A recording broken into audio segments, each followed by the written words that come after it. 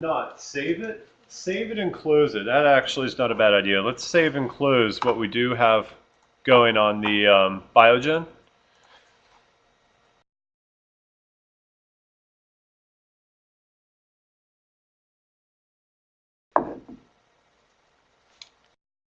Okay, if you browse to just our training files, there's a ceilings file.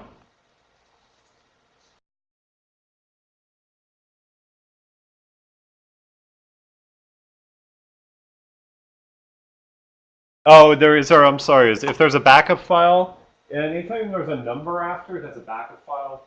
Yeah, don't access that one. Go to a 3D view. Hold Shift and your middle mouse wheel down, and it allows you to rotate.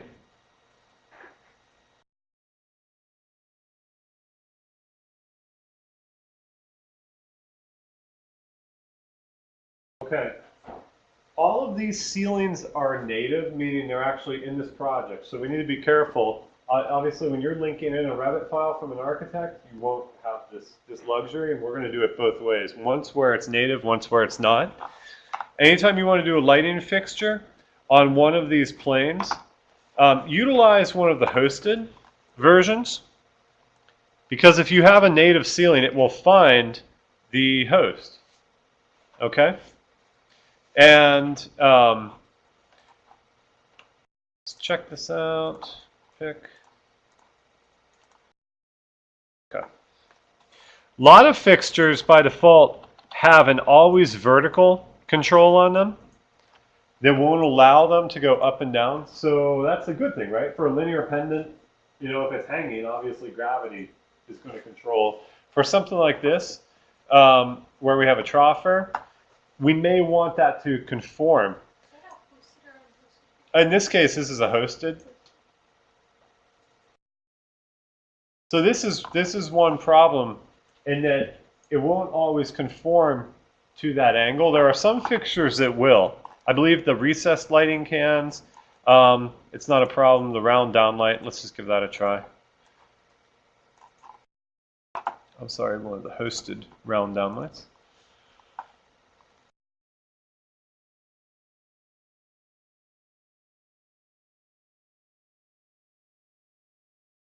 Yes, the hosted round downlight will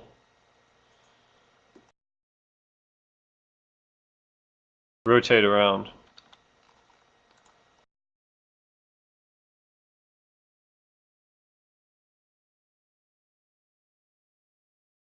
Okay. So what's guiding that, it actually is under the hood, is for this troffer, look at this. If you go Edit Family, there's a little folder in here, Family Category and Parameters.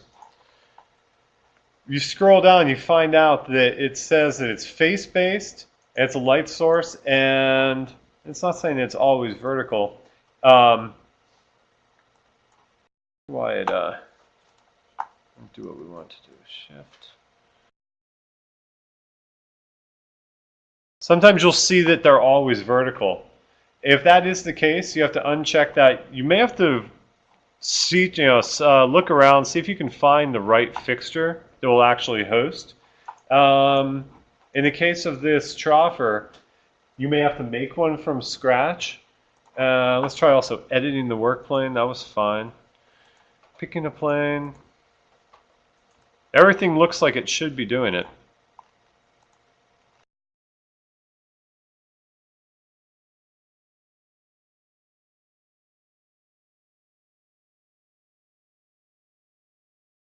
For whatever reason, it's not performing. This one.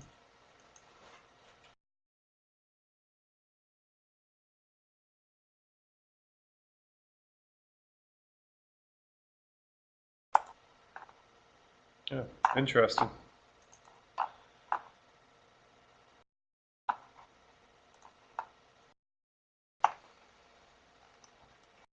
The troffer's not. A few of the others are doing okay. The HLB. Second.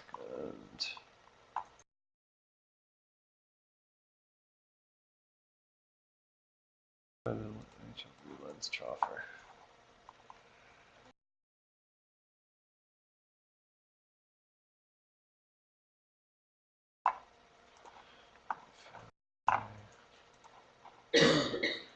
Always vertical. There it is.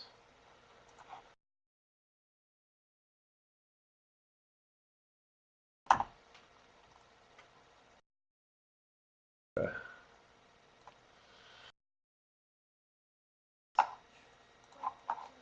Some of them are allowing. Yeah, that one's going just fine. Some why the troffer was not doing it, I'm not sure. But at any rate, we probably have to pass over this. But for the most part, some fixtures happily do host to a slope ceiling. Okay. I also wanted to bring in an ACT ceiling. There were some questions about moving the grid. Right? Go to a plan view.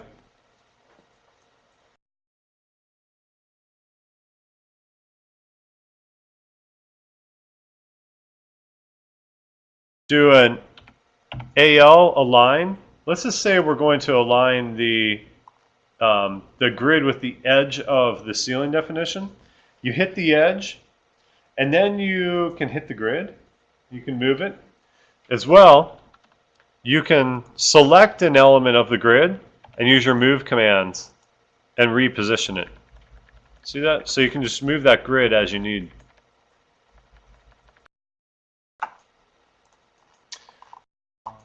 Boosted.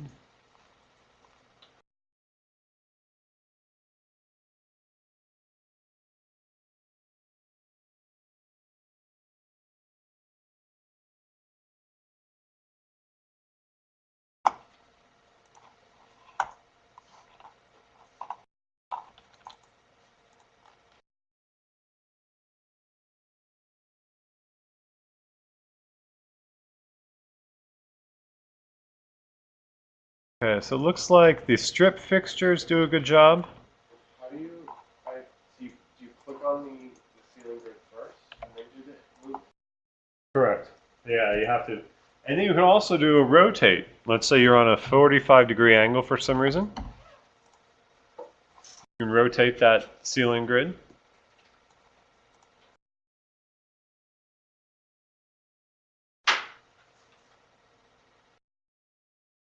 Rotate, you start that command by going RO. Select the grid, then RO. It gives you a rotational point.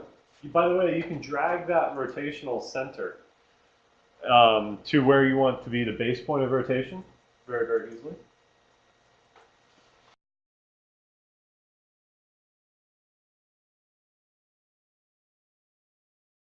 In the case of the 4x4 grid, we can just do an RO, type in 90, and it rotates fully. I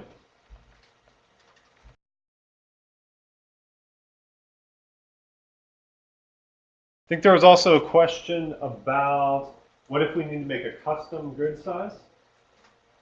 Select the ceiling perimeter, hit Edit Type in the Properties,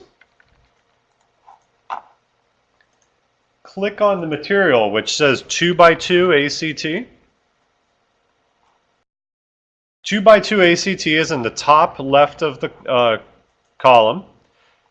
Hit Duplicate, which is just a little icon in the lower left. Duplicate, lower left. It's 2 little sheets of paper. And call this 4x4 ACT maybe, or something like that.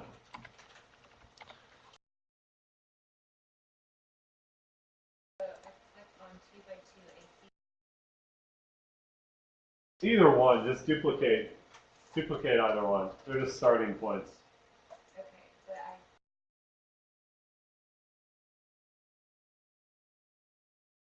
but Okay. and I've got 2x2. Oh, Do I right click? you can right click on and duplicate too. That's funny. I actually don't go through normally that way, but you certainly can. How did you get to share this? If you click on a ceiling, hit Edit Family. I'm sorry, Edit Type. then 2x2 ACT, and you hit that thing there. This is cool. I didn't realize this before. You can right click, duplicate, and we'll call it 4x4. And that surface pattern here, 3 little dots, we want to click on that surface pattern. It's going to be a model pattern, and we're going to hit New. New model pattern.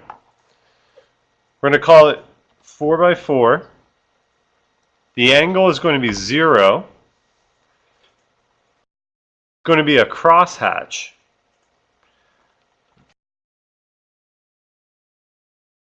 We're going to make it 4 feet by 4 feet. We'll hit OK.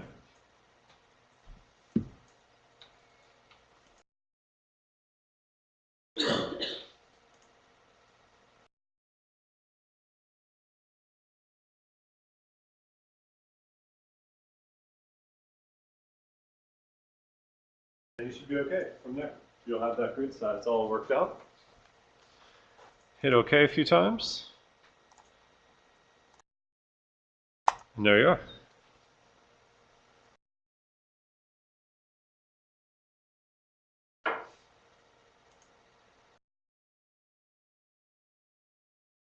There you are. Let's draw a new ceiling quickly just in this file, just so you know how to draw ceilings if you ever have to. Go to your Architect tab. Click on Ceiling. It defaults to Sketch Ceiling automatically in the ribbon. You want, or I'm sorry, Automatic Creation of Ceiling. You want to sketch the ceiling. Sketch Ceiling. Okay, one nice thing, Revit's very consistent, right, about the way that it draws. Remember when we were doing detail lines and things like that, we have a certain series of lines, straight line segments or rectangles, predefined shapes that we can do. Let's just do a series of lines. And ceilings have to have that closed loop of lines I was talking about. It believes in the donut theory. Outer group of lines, inner group of lines, and we'll make a hole in it. So let's just draw a quick rectangle.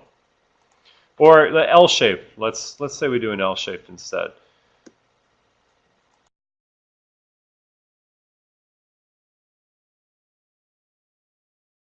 As long as it is a closed loop of lines like that, the ceiling will create without any issue.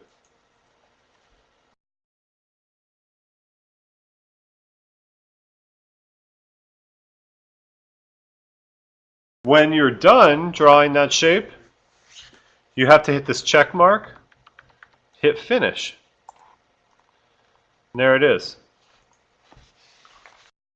You can change the ceiling type by clicking on that ceiling once you've finished drawing it, and in your drop-down menu here, you have the other ceiling types that are in the project: 2x2, 2x4. Let's change it to a 2x2. There we go.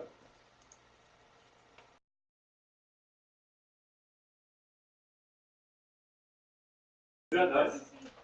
Pretty easy, right? Yeah. Why can't the architects just do that, you know, and get the ceilings in there? It's not terribly hard. And will be helpful. Yes, exactly. You won't be able to do it in a linked model, unfortunately. We can make our own ceiling. You make your own ceilings. Sure. I mean, if you want to, you can go through the process of opening up the architect's file, selecting all their ceilings in their project, copying them, and then pasting them into your project. Some people do that, but it's a maintenance headache. Does it always center the pattern? It does. It finds the centroid of that object and it centers it. But So what would be your suggestion? Because oftentimes I'm shifting tiles, so my fixtures align the way I want them to align in a room. And in CAD, I sometimes normally would just make another layer called like ceiling. yeah. And I draw my new ceiling in, and then they essentially take that layer and shift it. how would you do it that in Revit? Yeah. Do you just have your fixtures in the middle of the tile? Yes. That's probably the way to do it. And then they have to, when they bring your file in, they have to align the grids to it. So you just have to say. That's what I would do. Yeah. It's definitely what I do. But yeah, not very hard, right? The curved ceiling is a little bit more of a challenge.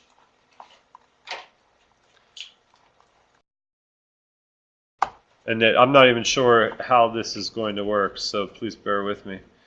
The place on face. Okay, it is finding the face, fortunately. If you take any of the, let's say the hosted recessed can, will find that curved face.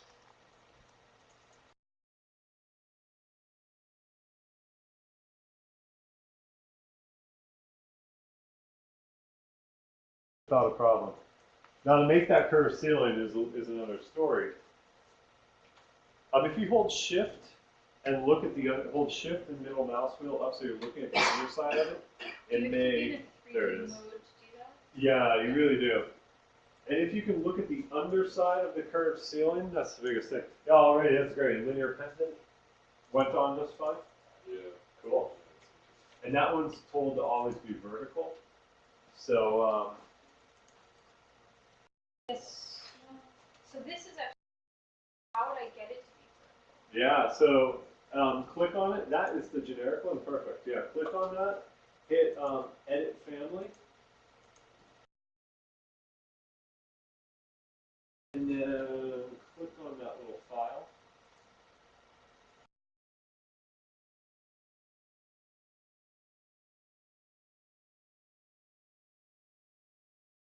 That particular one can't do it. So you'd have to pick one of the other linear pendants. So just close this. That's the thing. There's a real mix of fixtures in here. Some of them are ones that I've really accumulated over the years. I think work particularly well. Some are older ones. For instance, there was an old linear pendant that was coming in that wasn't staying vertical. Right. And that one does. Cool. And what happened with yours, Ben? Oh, those are, it's cutting holes. Yeah. Yeah. Yep. Hopefully the ceiling doesn't have that same thickness. But the here's another thing too. If you want, I'm calling what I'm giving you posted fixtures. They don't often cut holes and they don't do those same things. They're meant to just more place themselves on a face. They're not looking for a ceiling per se. You could put these fixtures on a wall. It just needs a face. Let's load in some truly hosted fixtures and see if that acts a little bit better on the angled ceiling. Granted, this all demands the ceiling being native to your file. Go to Insert, Load Family. Okay, so here is the out-of-the-box component library that ships with Revit. MEP. Let's go down to Electrical Components, Lighting, Internal.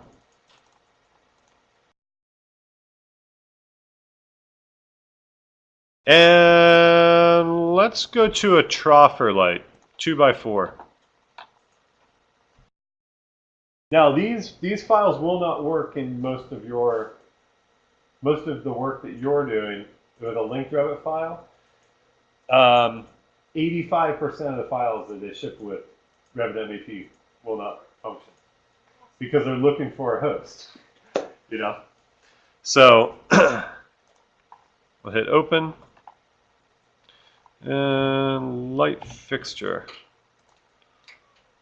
Okay, cool. The hosted light fixture works because that ceiling is native.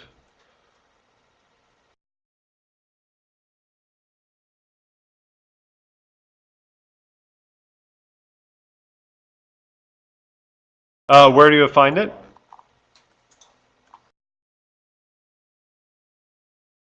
And notice too, remember flipping that work plane, that little parallelogram?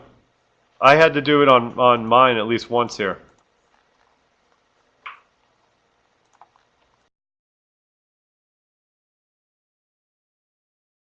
So, in general,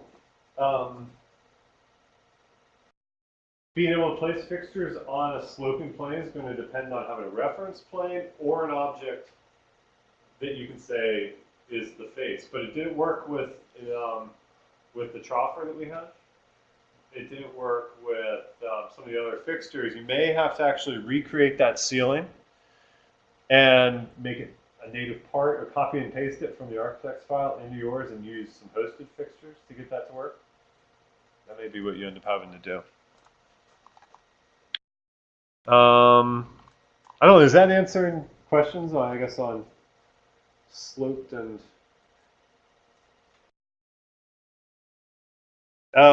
sloped and curved ceilings, surfaces. Is that good? I'm going to say not, I think, and unfortunately we have to end it with not one size will fit all. Yeah. It's going to be a variety of options out there.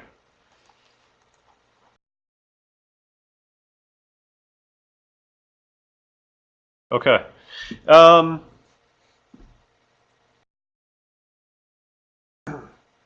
Let's start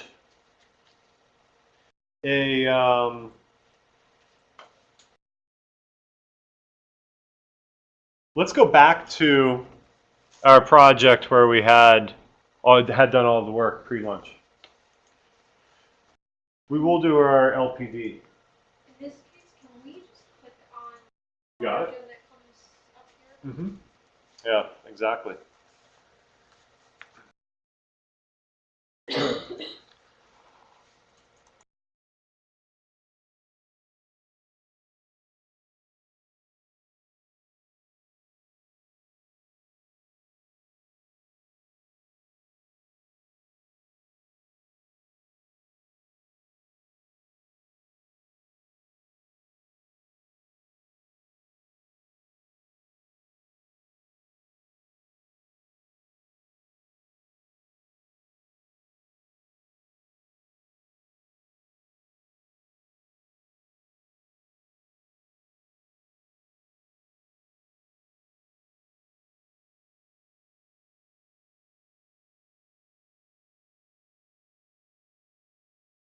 That curved ceiling is it's called an in-place family. We talked about how it was made. Yeah. Oh, so whenever you're in a project and you want to make something that is not standard, a ceiling plan, any kind. Go to your Home tab, Component, Model in Place. This is something we can't really cover in this tutorial, probably in this session, but that's how you can make anything and everything on the fly. And it's basically those simple booleans: add, subtract, extrude, sweep. You do that in here, and you can make an object of any type. You select the category that it is. Is it a ceiling? Is it a wall? Is it a light fixture? For that matter, and you can do it all here. This is how I would do, if you have any curving, say like cathode tube or anything, something curving like that, I do an in-place family. Do that here. You won't be able to use it for rendering, but it will at least schedule, and it will show up in plan. Things like that. Cancel? Okay. Okay, so LPD is based upon, and for that matter, the illumination calculations that we're going to be doing are really based upon the presence of an object type called a space in Revit. And a space is like a room. I was saying that it carries a lot more data with it. So what we can do is we can get the host file or the linked file to give us kind of definition of what those spaces are, not only in plan, but also volumetrically. So click on the architectural link.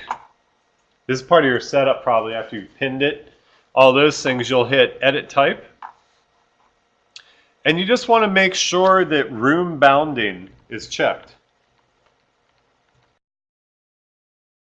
As long as room bounding is checked, we're okay.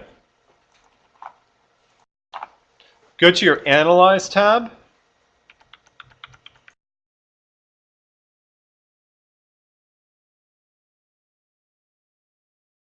And we're going to hit Space. And place spaces automatically. Computer will chug for a few moments. If you select the link, go to Edit Type, and there's a checkbox in there for Make Room Bounding. Just make sure that's checked.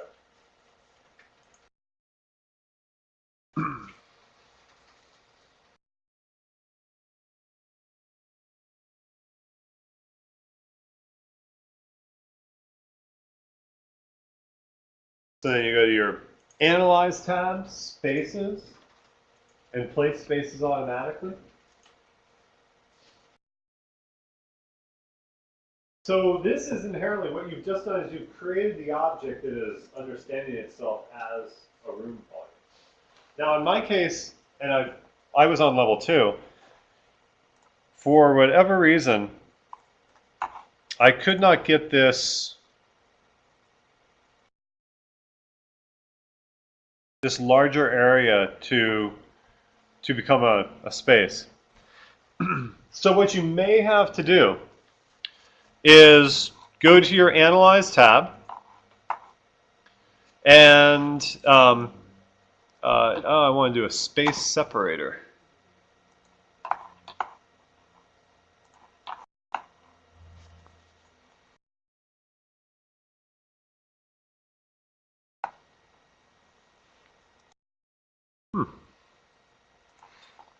Let's zoom in really fast on one of our spaces.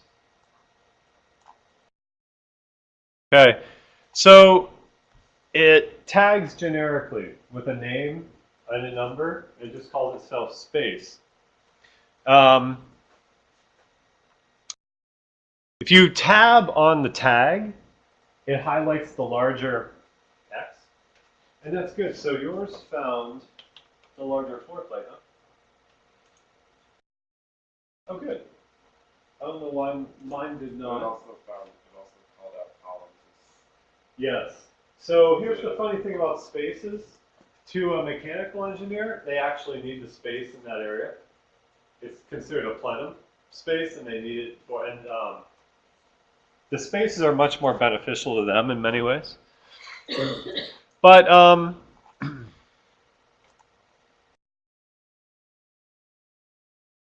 go ahead and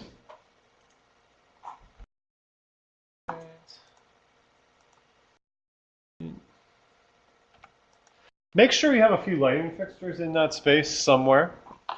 Highlight that space. And for that matter, make sure you have a section going through that space because we're going to study a few different things here with it.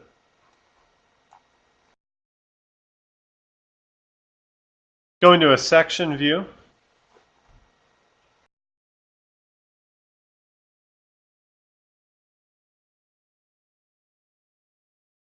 And I can actually highlight that space in a section view.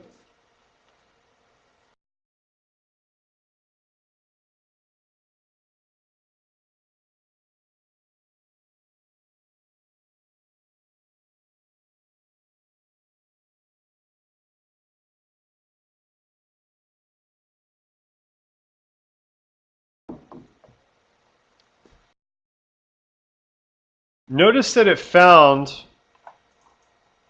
a ceiling height. It stopped. In our case, we're going to drag it all the way up to be basically underside of slab.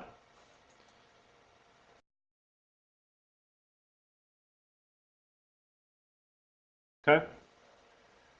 What's important here is that we are, look at this, electrical lighting average estimated illumination is at 0 foot candles, right?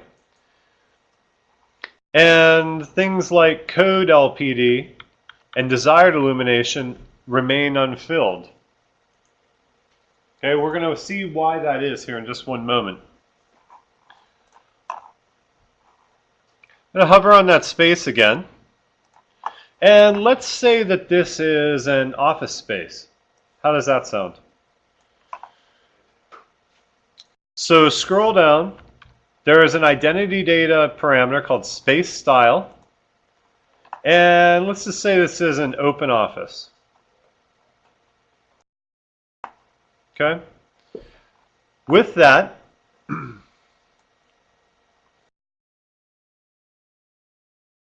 we can specify that code LPD, look, that came in. Desired illumination, that all came in. Where did that come from? Well, it actually is coming from something, it's a schedule called a key schedule. And this is something, the space style schedule, AHLB space style schedule. If we double click on that, here's where all that information is coming from. And you can make new versions of this. You can add or remove or change this. And of course, whichever state you're working in, this will differ, right? From wherever you are. If you want to add a new category, you go up to the top of the screen, hit new row, and you can call this whatever it is. What do we want to call this? Auditoriums.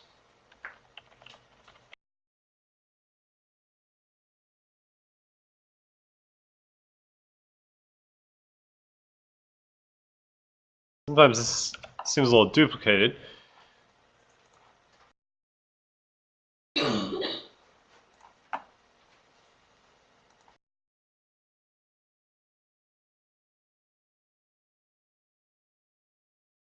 Okay. This audience seating area auditorium, this is not something that you're able to input. This comes from Revit. The space type.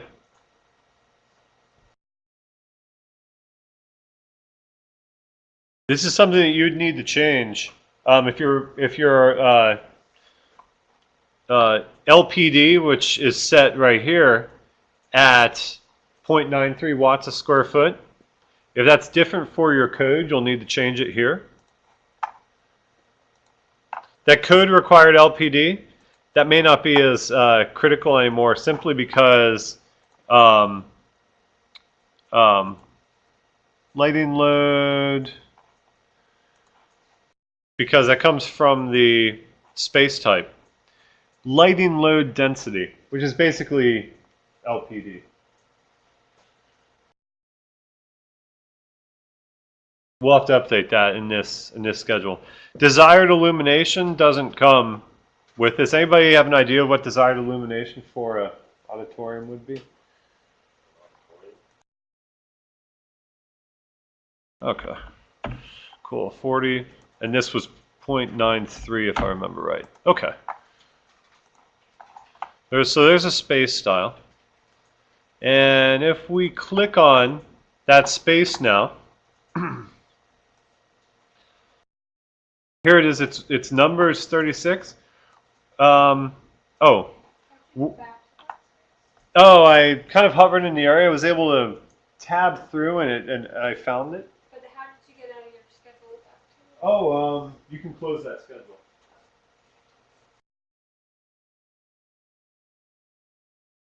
We need to close this space the space style is an open office.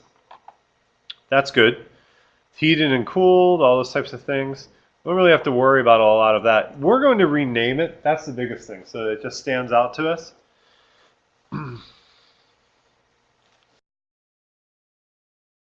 We're going to rename it to be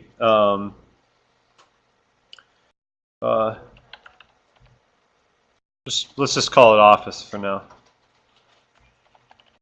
Something simple.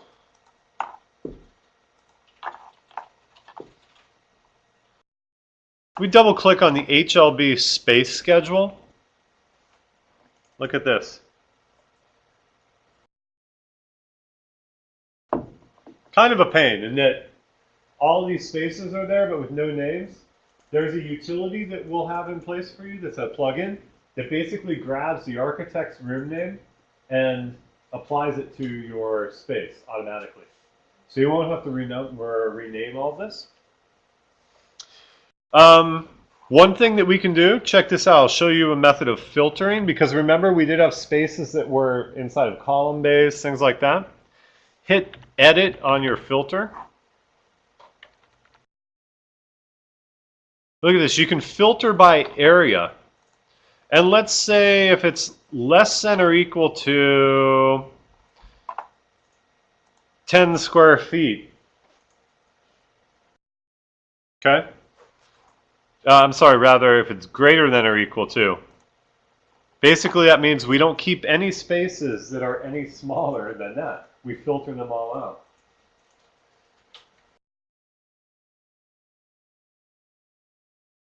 Isn't that cool? I found that really exciting, and from a data standpoint, it's like, wow.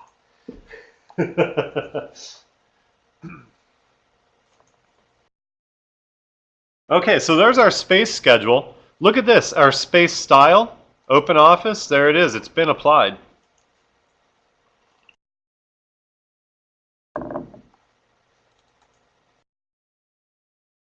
We can change the number, we can change the name, but we can't really change the space style, even from there. Okay.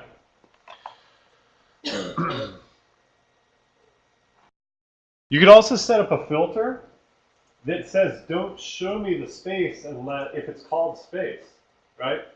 Because obviously it's very confusing. That space schedule, look at this. You can filter by name. If it does not equal space, look. So as you would go through and you'd start renaming those spaces, it automatically would start populating there. So the filtering is really, really powerful.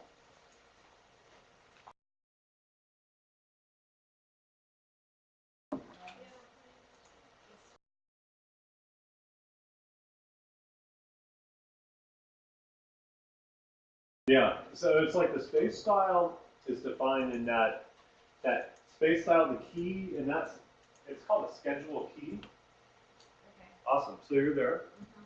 You can close that because what this is basically doing is just saying, okay, those are general types, and rather than having to, for every space, enter that information into each and every space, we're just going to give each and every space a style, and it will automatically fill those values in. Okay. And where? So the style is defined here, Okay. and then you can close this once you have the space styles defined. But I don't understand. You're in this schedule. Go to a new, and you can make in where it says 7, make another space style, some other portion of a building that you may have.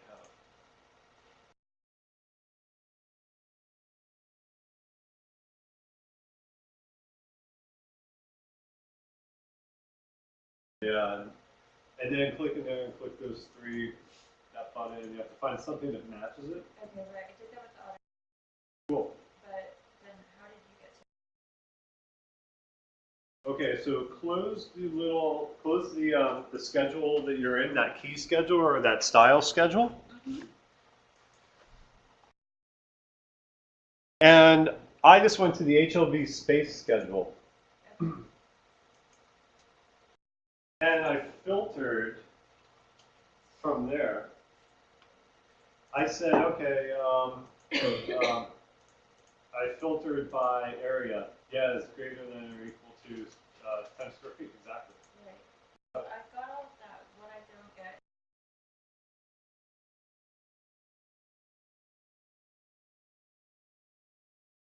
I did. So if we go back into the model drawing area, so if you close that schedule.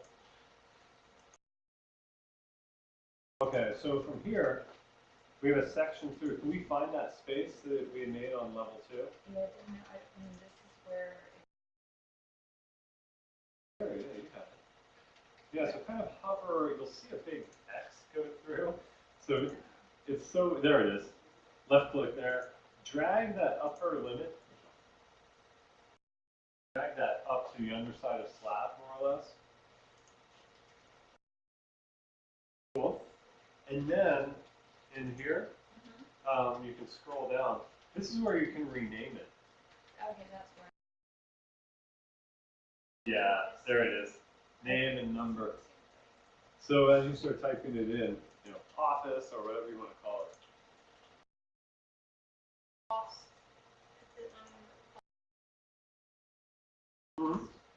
And then re-click on that and look in the properties.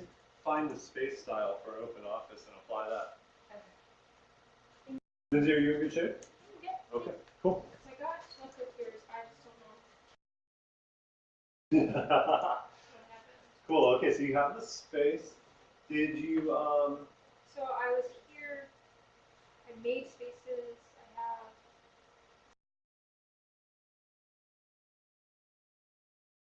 Cool. And then I don't know what happened. Okay, so go down to name.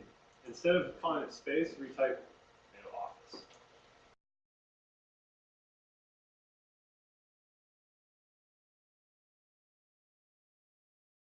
Cool. And you could actually hit that little drop down. Call it office. And it's good. It actually purges that office underscore 2 that you had. It's actually gone from the project. So then you want to find space type in here. Space style, where it says none, change that to open office.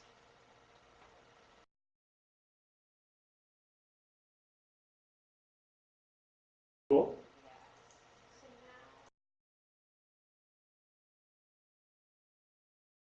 now. Okay. And so there you go. So that space style.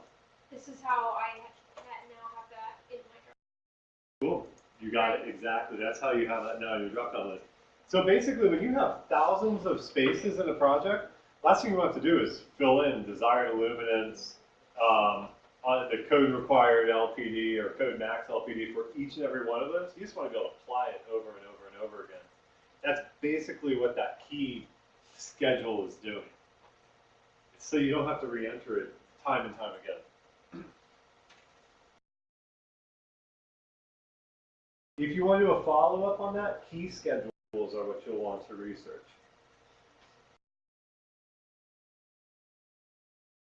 Following that, you can go back into your space schedule. I think the next step we did was filtering.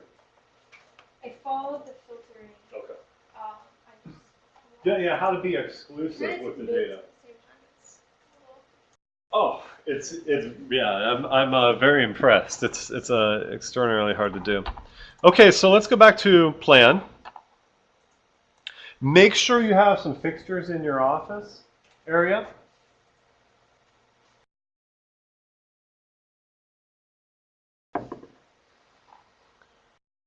I'm going to edit my group, and I'm actually going to go in, select one of my fixtures, and then we need to hit Edit Family, because we need to go out there and go get the right IES file for this. Okay? That's the next step. So we select the fixture in the model. We then hit Edit Family. We've all seen the family creator here. By the way, all that electrical and power data comes from the connector here. And the connector is just the item that the engineer will not only wire to, but it also is carrying a lot. Really, what is the wattage of the fixture? All of those things. I hadn't, entered these funny little numbers not too long ago, but not thinking about, really what they should be. What's a good voltage for that?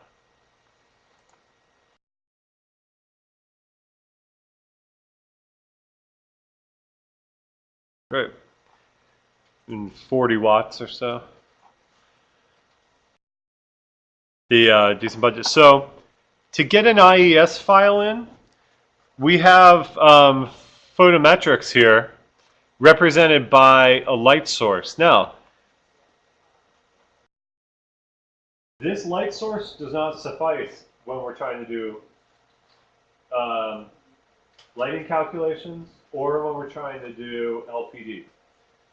Revit can't read it for whatever reason, so we have to actually get a true IES file. Click on that object representing the light source, and up here in the top of the ribbon, hit Light Source Definition, and then in the lower left and lower right, there is a photometric web, emit from line shape, photometric web. We'll hit Apply, and we'll hit OK. Now, that is only partially true, right? Because we probably don't have the correct IES file. So, we are going to go into our family types here, up in the upper left. Everybody with me so far? They changed that? Changed okay? Family types. Scroll down, and under photometrics, very, very, very well hidden, photometric web file. It defaults to a generic, but instead we need to go in and grab, in this case, a 2x4, I believe. Hit OK.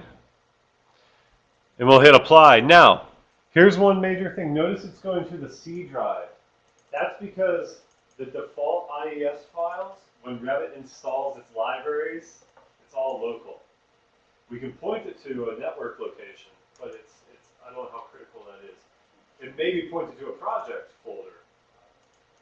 Yeah, I mean, either way, we have to pull IES files for each project. I mean, having a network drive is helpful. Okay.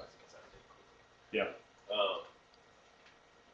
But I think what we would be interested in is that, at least from the HLB family standpoint, that if we could have all the fixtures set up in this fashion Sure.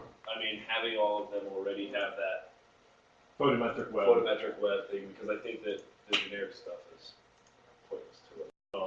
So doing that, then it's a matter of we have to find the IS file and Yeah. put it in, and that's fine.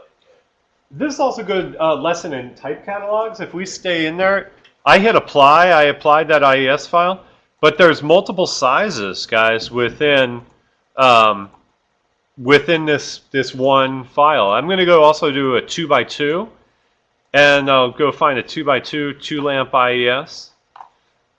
Hit Apply, and I'll do the same for my 1x4. 1x4. Just generic 2-lamp. Going to hit Apply, hit OK, and hit Load into Project. Overwrite existing version when you're ready to load that in. So you hit light source definition. Photometric web.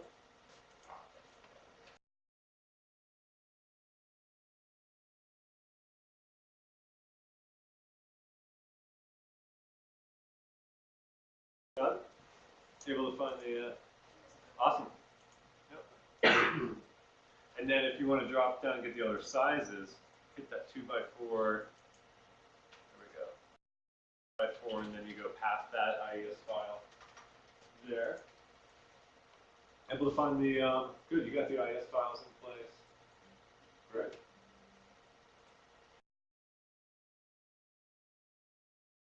Back up to the type star. I wish they were connected. 2x4, there's a variety of ones that are generic now in the box and ready to go.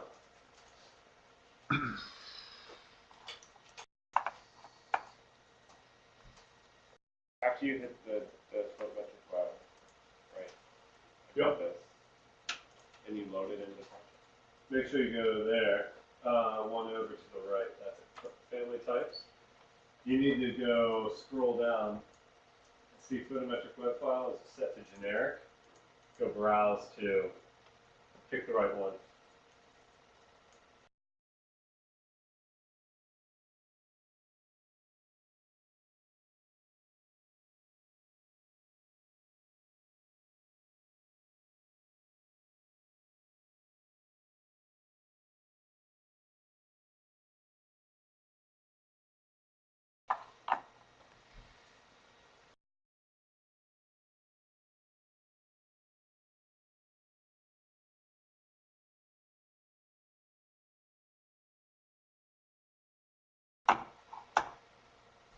Okay, after you've done that, go back to your plan. After you've reloaded, and select that space that those fixtures are applying to, and look at the properties of that space, especially from an lumen standpoint and also power density standpoint.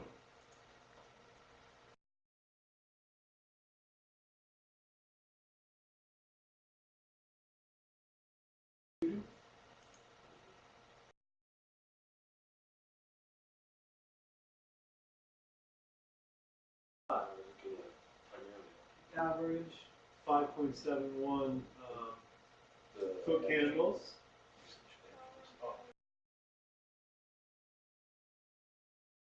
Yep. So what's funny, the actual your electrical loads are not calculated. Oh, I know what it is. We haven't told. I don't think in your case you probably told the light fixture what its wattage is. I don't think I did. The voltage and the wattage, right? Did anyone else notice your space? First and foremost, your space is calculating average estimated illumination. In my case, I'm getting a little over 4 foot candles per square foot, I believe. And then also my power density. Okay? If you go to the lighting calculation schedule,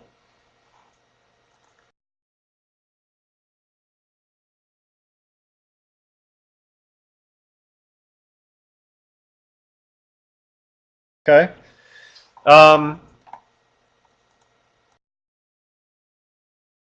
Actual LPD is not being read. Let me see why that is.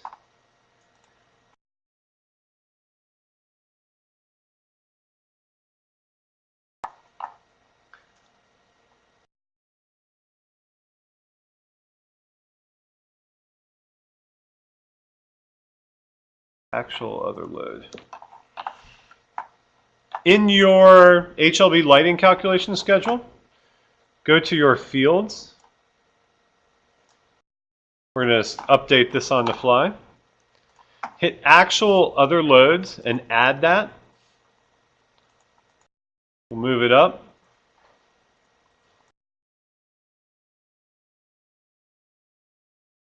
Oh, and that's why the this is one of those issues where watts per square foot isn't easily calculated. So we have to take a look at this. Well, it looks like we have one more missing piece of data that we'll need to get working for you. But in this, this schedule is telling you some things. It's saying desired illumination is 35 foot candles. You only are providing 4. So it's a large space, obviously. It's a pretty decent starting point. The design loads.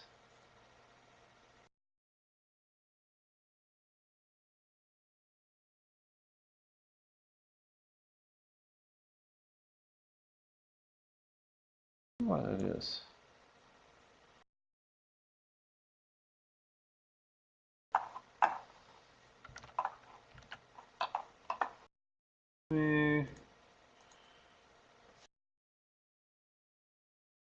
Actual lighting power density. This is interesting. It is telling you the type of fixtures that are in that office space, we need to do some sorting and grouping and formatting. Sort by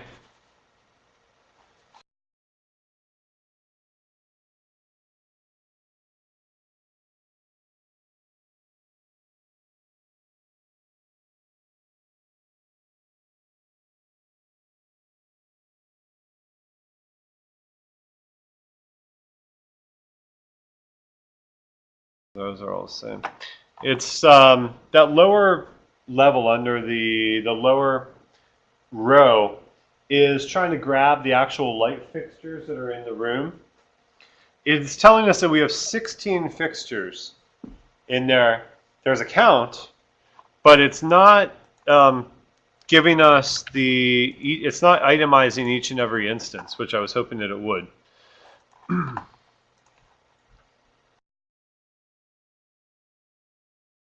Type mark. Oh, here we go. Okay, there we go. Here's the breakdown. Now, is this helpful, having this as part of your LPD schedule where you have a room and then it shows every fixture that's in that room? It could be grouped by, So like, it doesn't need to list each instance individually, Okay. but it could group it like all the A1s could be grouped together. Okay. With a count. Yeah, that would help, wouldn't it? Okay, so sorting, grouping. We're going to group by type mark. We're not going to itemize every instance. We'll hit OK, and there it is. So you get 7 A1s in that office, and okay, cool. And can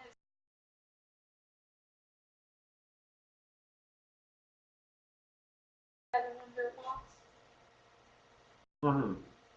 A summation of all of those wattages just for that one fixture.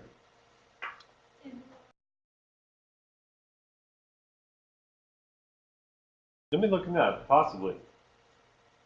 Yeah, rather than looking at the total wattage for the room, look at the summary of wattages just for that fixture in that room. I just think that it would be helpful because when we are going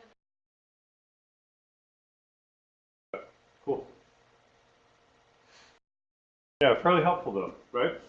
So let's do a quick little test. Watch this. I'm going to copy my lighting group over, staying within that space. And let's see what happens when I go back to that. So there's my space schedule. It definitely is getting better. This isn't very accurate for the lighting. I'm not sure why. It seems like and this is probably what you need to vet this and test this yourselves. But you know, obviously,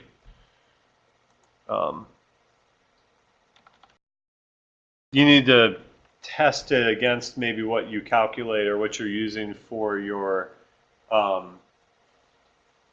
you know, AGI or however you're doing your actual calculations. Yeah. Because, you know, you have an awful lot of fixtures in there and it says it's still there's a deficit. Yeah, I have to say, I don't find Yeah. this very accurate. Yeah, probably What? not. The wattage and counts and all that stuff. Yeah, so the average estimated illumination, things like that are not as helpful. Okay. Yeah, but the wattage will definitely be helpful for power density. That's the biggest thing. Okay. Great. Yeah, and it's connected. Connected load, Yeah. meaning? Meaning lamp and ballast, not just. Okay. Oh, how do we get that to? See how we can get that to work. I don't know if that's something that we just input in because, for instance, you could have a T8 with a normal ballast factor and it's 28 watts. Okay. And depending upon the manufacturer, I think we have to do it. right? That's what I'm saying. We So just I have to don't take know. it into account. I don't know if we could input that somewhere so that we just kind of have like in input watts. Yeah, we can. We can. So like having like basically you input the wattage. Yeah, especially because voltage doesn't matter to us. No. I mean, it does. We need No. to make sure eventually that it works, but It matters to the sense of usually 277 volts is slightly. do we always know what's going on? You don't We always have to always, take but just we the worst case scenario. often, I would say I often know, but I don't always know. So, I mean, we'll usually just take the worst case scenario and put that wattage. in. Okay. So I if a care about ballast runs watts at, much more than. yeah, if a ballast runs at 57 on a 120 volt, but 50 on a 277, unless we hear otherwise, we'll put that 57 in because that's our worst Okay. case. So. So we'll do we'll get a summary of wattage per room, and then we can do wattage per floor, if that would help. Good. And then I think we can still get it to calculate watts per square foot at that point. I need to play with it a little bit, but yeah, the power density, that's the tough thing, is getting those unit conversions over. And you would think you could just take area and multiply it by The other thing that would be really nice, 12. and I show on here the square footage of that area. Yeah, We could have that as a column. sure. We definitely can. We can say pulling from spaces. We're going to take perimeter, space, there's volume. Because then, for instance, I know that you guys are used to correct input it into contract, and then still be able to take our I mean, exemptions and allowances. Oh. And so forth. Yeah, so nice. Oh, that's one thing. Comcheck suddenly stopped being such a pain with the advent of Revit. Yes. You know, it was so helpful, especially from an architectural standpoint when we were having to do the facades and how many windows we had, and definitely was nice. Areas, and as I certainly played with those other two tabs in Comcheck a lot, having to do mechanical and then also the lighting loads. Yeah. Yeah, it's a lot of work. So that's great. Anything that can help facilitate that process, that's a nice thing. You can create a schedule that is tailored to you as a user. It says, I want to see this piece of data coming out of the computer, so that it helps me just do my work. Yeah. Yeah. Yep, perfect. So the lighting power density Yeah, that would be helpful. is, And this sort of yeah. exactly. So this is demonstrating that the zonal cavity stuff or zonal calculations they're not all that helpful to you. I doubt they I don't think have the at an accuracy. SD level, it's helpful if we're just going to quickly see, is this going to work or is it? Yeah. It's helpful. But it doesn't beyond that. It's not worth No. anything. No, it's definitely not. IES file mapping, are we clear on that? All of your fixtures generically will be set up for IES. They'll have the generic IES file. They won't have the generic, they'll have a specific IES file, but an out-of-the-box Revit IES file attached. but we wouldn't. I mean, my hope is that we won't have to go through the process of editing the family, grabbing the light source definition, changing its distribution to the You won't. generic stuff. It'll be done. Okay, because Yeah. I mean, because once we do that, it's simple of just selecting the fixture, and then in the property you can change it. You got it. Yep. And that's the thing with the spaces. That's the other cumbersome part of spaces. Is not, they are tough. Spaces are going to be hard as an extra setup step, extra maintenance step potentially for you, and you need to really be careful about. Okay, is it really worth doing spaces and trying to do our lighting power density calculations through this, or do we want to do it some other way? Do they not, if we got a new model, would they update or we have to redo the space? They will update. They will update because it's referencing that model. By the way, whenever you do get a new model, you guys know how to do it. Basically, overwrite the old version. You at that point go into your manage links. You select one of those links and you just hit reload. And as long as it's named the same, just like in Revit or in AutoCAD, it will reload, it'll overwrite, it'll update everything. Yeah, won't be a problem. The spaces will update automatically.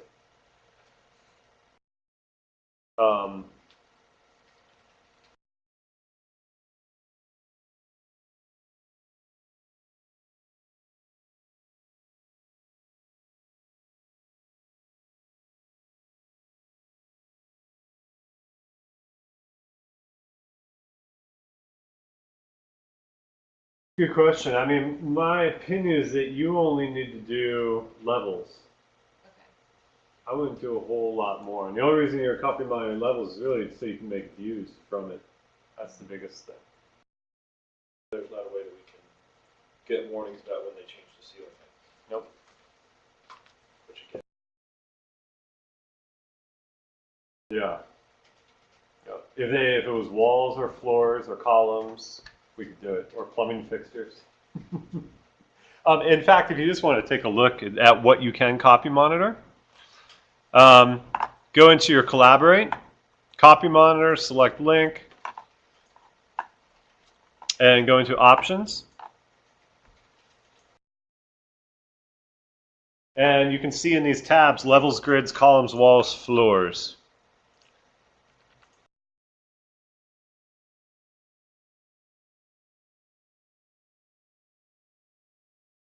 And you should know, ultimately, this is what an engineer is doing with your work. If it gets incorporated in architecture or they take your model and they copy monitor, they're setting up things for batch copying here.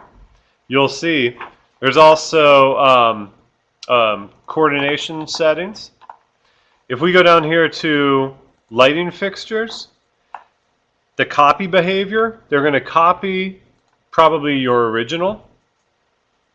And they probably will hit allow batch copy. And mapping behavior, they're going to copy your original. So if they wanted to, they could specify a type mapping to utilize one of their own light fixtures in place of yours to wire to it. But yours are reliable enough; they can wire to it.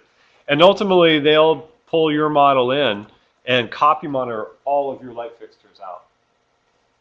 And they'll do it as a batch. And then that way they can wire to it because they can't wire to a linked model. Similarly.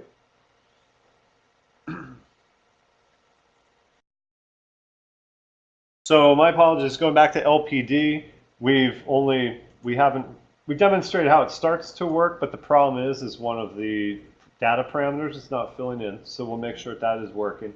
And we'll kind of shift our thinking, really more thinking about it in terms of wattage, rather than load VA, which is what, and voltage is, which is the way that, unfortunately, Revit MEP is thinking. Yeah. Do we want to have? I mean, is it a separate field, or do we want to have like? I think it should still be a part of it. I mean, But we don't want to do the VA thing, right? I don't think so. No. That's I mean, wattage would be beneficial to have in there as an information piece, but not necessarily part of calculating the load of a fixture, because engineers are going to change that anyways for a variety of reasons. I mean, it might be helpful for us to see that we were told that this fixture is going to be 277 and that's what it should be, but really our LPD stuff should be reliant on the wattage that we input. Okay. But I think it's still helpful to have that piece there, because some of our, again, fixture schedule, we might work with the electrical engineer to put that voltage column in there. Okay. So Great. definitely should hold on to it. Well, easily done. I think we can get that working properly.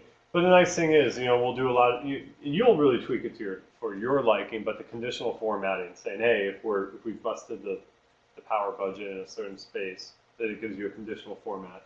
It shows you instantly, at least I like it, you mentioned, Brandon, from an SD standpoint, okay, how much can we utilize this tool early on? For those things, at least for a very schematic, just at least give you a basis to make a simple decision off of. It's probably reliable. And probably for final LPD too, knowing that you're meeting code, you're probably fine. Reutilize it. it's reliable, unlike the lighting calculations in Revit, which I would say are semi-unreliable. I would say most lighting designers would think they're completely unreliable. The LPD stuff is entirely reliable. So let's go.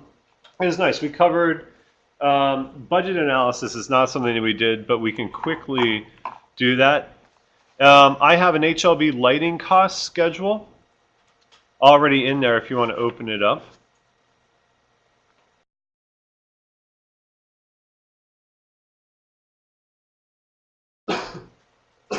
Excuse me.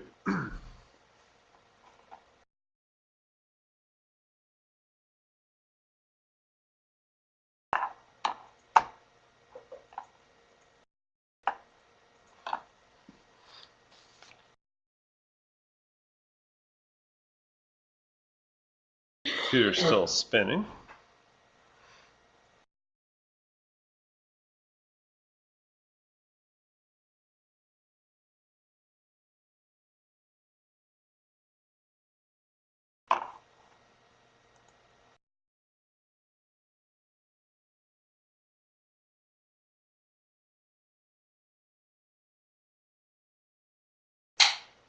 So that cost schedule, for some reason my computer is freezing. I'm just going to let it think for a little bit. Sometimes when you're amidst a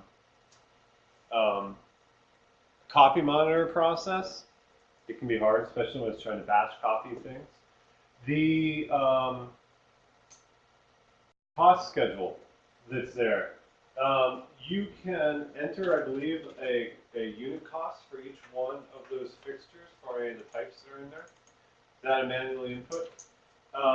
Okay, what we'll need to do is go into any fixture. In fact, every fixture in Revit carries that cost data with it. So you just have to go edit type.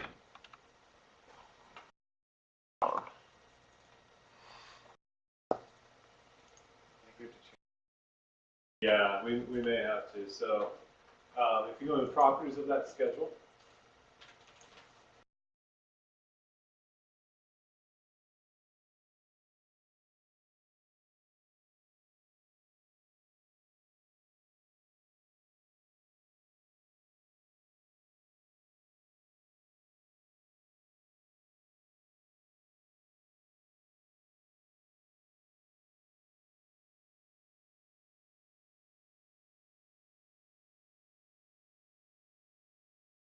so you actually will have to click on, go find that F1 in your drawing file.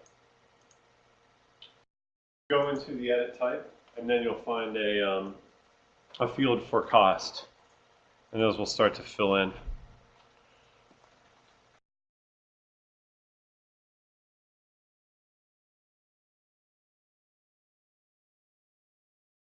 That's starting to do. Well, it's It's doing the total copy cost monitor. The unit. It's doing the total cost, not the unit cost. Okay, so in your available fields,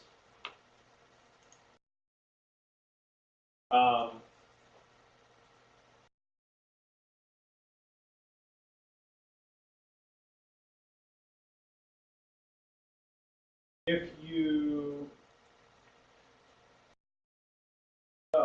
if you do your sorting and grouping and you actually itemize every instance, that may allow you to input each one individually.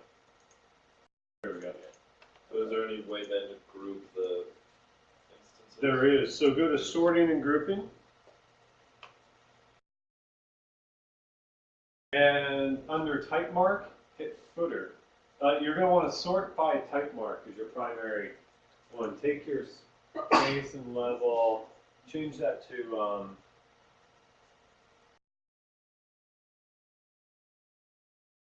and by type mark would be great. Yep.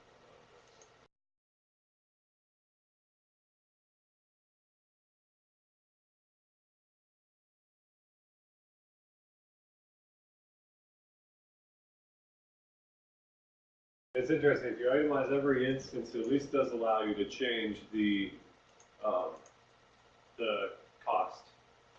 of the individual fixture there. Okay, sort by type mark. Just do totals only, and then hit OK.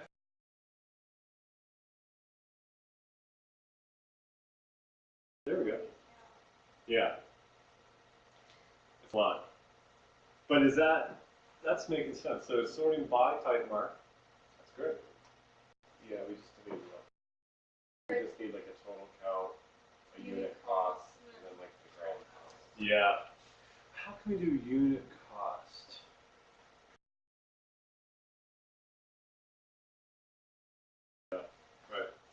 Right. I'm not sure how we can get unit cost in there, only because summary of a row, summarization of a row isn't possible, unfortunately. It can only summarize a column.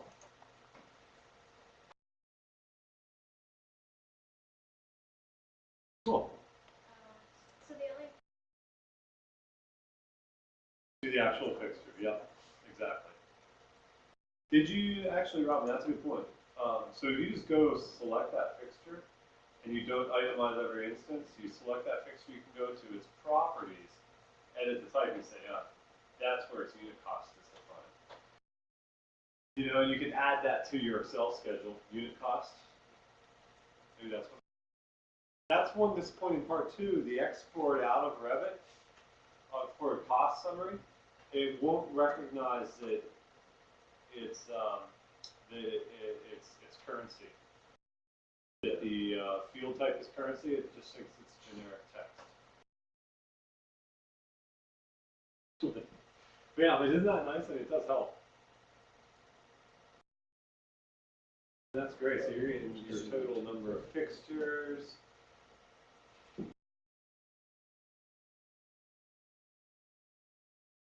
The space level, name, and number, those aren't reading through.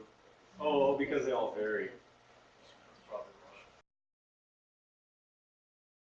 Oh, cool. So you're looking at office, and you have 15 fixtures in there. I mean, obviously, when you have a real project and you're really sorting it to help you. When you're in a real situation, it will make a lot more sense. You'll see it. But making sense from at least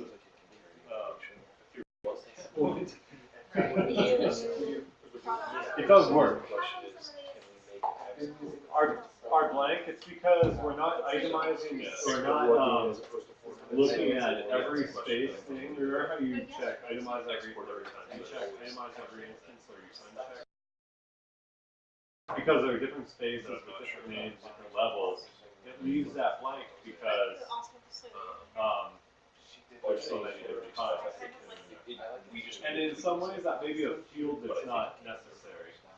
You may want to take that column out.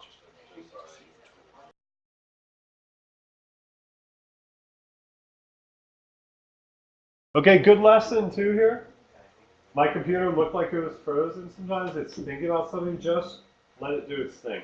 Normally it will work itself out. my trick is I always go to the bathroom. Yeah. Come back and Yeah. and if not, I scream.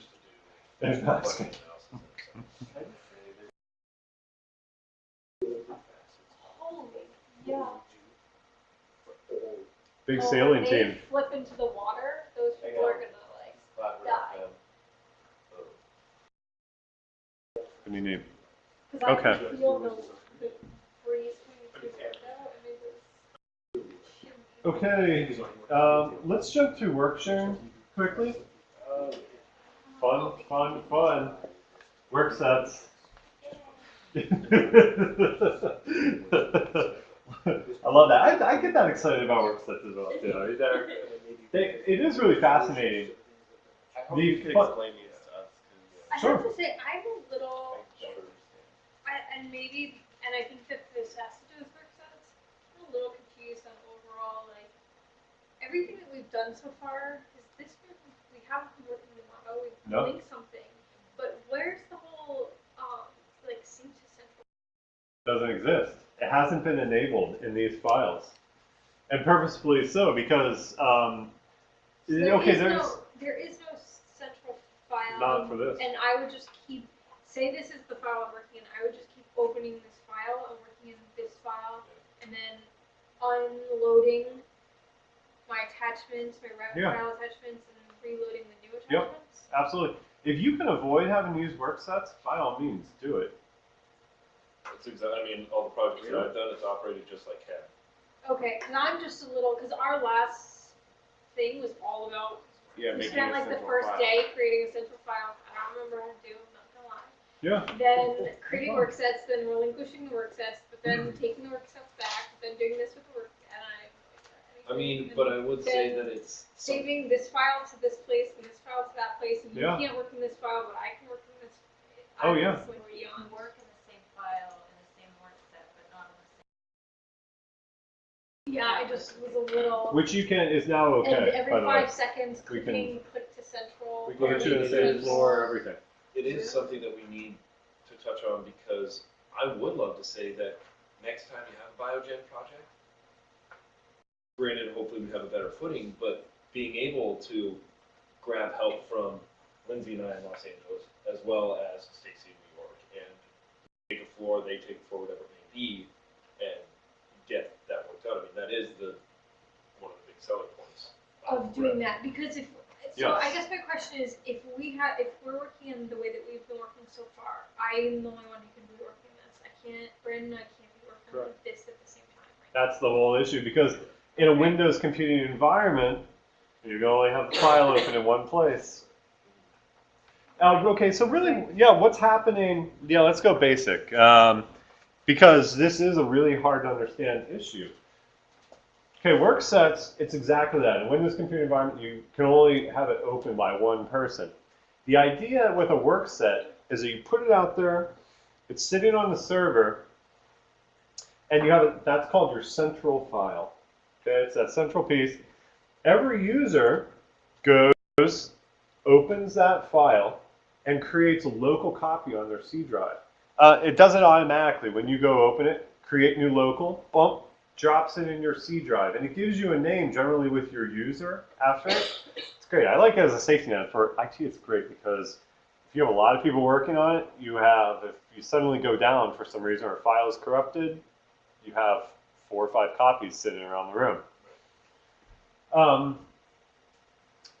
The way that Revit is working, here's central out here. You have all your users that have let's say like a telepathic connection to it. This invisible connection. And every time someone saves or does something, let's say they're adding new content, they're not messing with existing content, they're making new content, they save it in to central. Those changes get populated to that central file. It's updated. And then the other users at will can hit reload latest and we'll get the newest changes disseminated down to them. Make sense so far? Yeah, it's Autodesk's answer to a Microsoft. Well, not just Microsoft, but other software manufacturers make similar products. Microsoft makes something called SharePoint.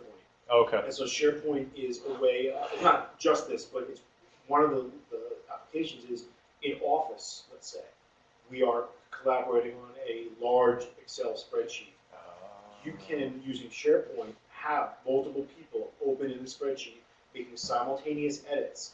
And it's a step beyond because it's live, real time. So you can collaborate with somebody in a document simultaneously. Wow. So it's Autodesk sort of answer to that, but it's provides the safety net, which is nice, and it just the constant syncing and linking is good. Neat. It's good. So it's doing the same things, and obviously it's a hurdle we have to somehow overcome until it really is cloud computing. Back to the main Quick question. Yeah. Say, Collaborating with business. we have a central.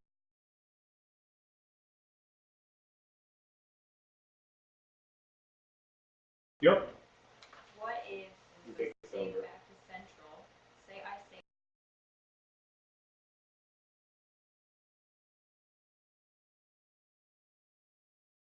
Yes. But didn't realize it. Yes and no, because the funny thing is you're only working in a view.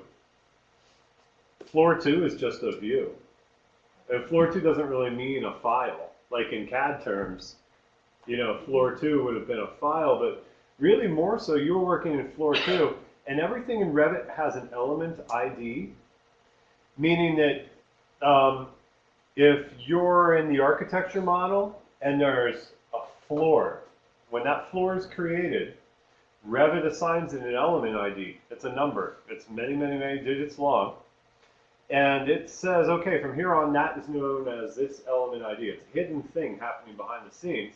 But when someone wants to go work on that floor, element ID is no longer available, that number is no longer available to any other user that's trying to work on it. It's in many ways protected until you're done working on it and you've saved it back to central.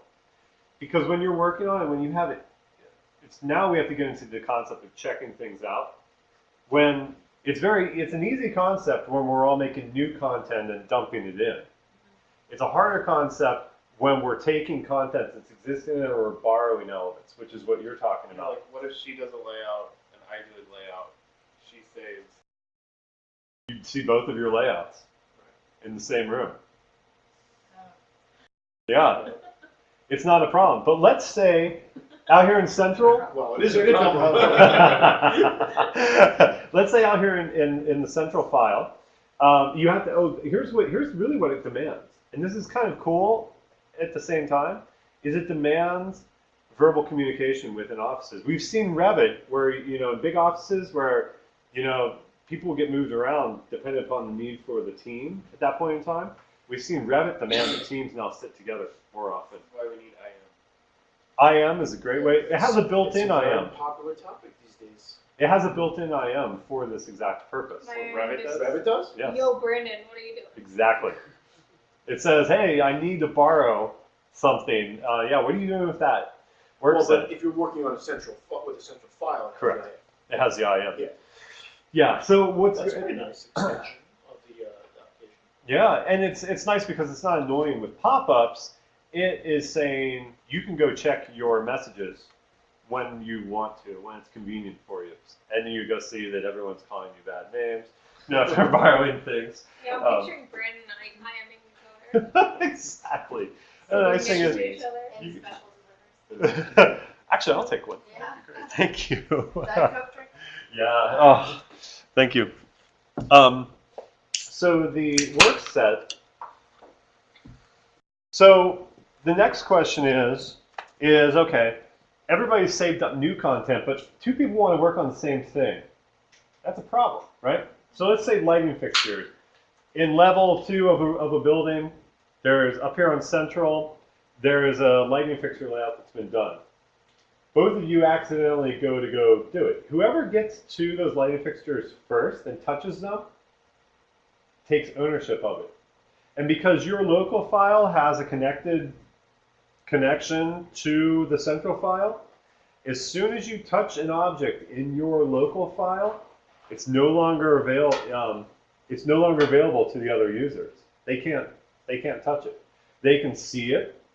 They can try to grab it and try to change it, but it'll give you an error saying, sorry, it's checked out by so-and-so user, which is really nice. Until you relinquish those editing rights. The problem being is, let's say you forget to relinquish editing rights and you go home for the day. You go on a vacation to Kenya. Get hit And- by a van. Oh, no. We never say that one. Or, Poor or Robin. you get sick, or the many things. You Yeah. decide whatever. Leave for a meeting. Well, I mean, I think that's Yeah. why There's a series of rules. if you look at all those, I mean, the constant Revit files that I see from architects on their front page, Yeah. and the biggest letters you can see possible is telling people to relinquish their stuff, save it to central, and then relinquish process it. But yeah, it's not. Yeah. It's somewhat obnoxious after a little while. You're like, oh, come on, people can get it. Your teams can get it. Yeah. This has to become a part of your consciousness. So let's just run through this one more time. Here's Central out here. Everybody creates their own individual local file. It has a connection that's happening behind the scenes. It's refreshing about 30 times a second on one who's touching what. So it's very unlikely that two people could accidentally get the same thing. It's actually pretty much impossible. Okay, so that's a good thing. So it's very easy from a concept standpoint if you're saving new material in, right? Because everyone's just adding new material. But if you're borrowing materials out, that's what we have to talk about. So how do you break up a model? Really? What does it come down to?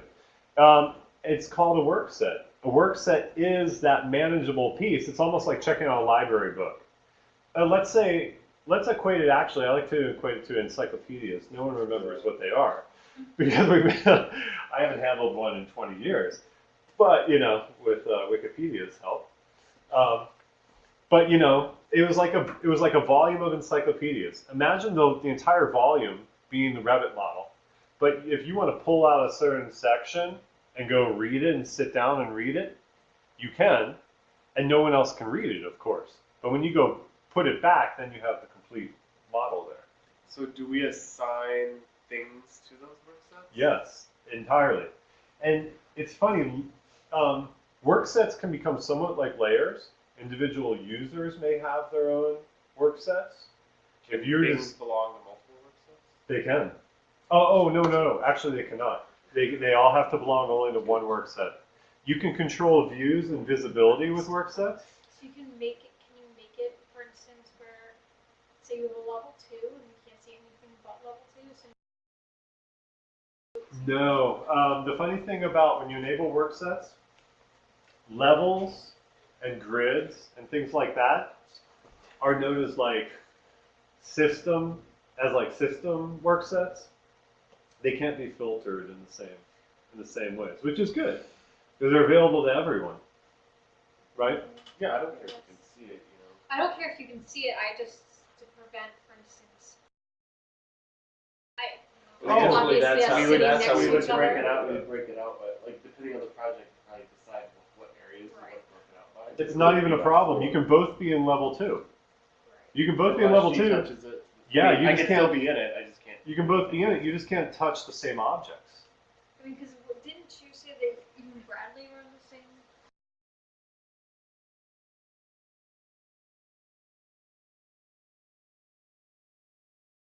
All of the changes necessary, not realizing Bradley's supposed to be on floor 3. I think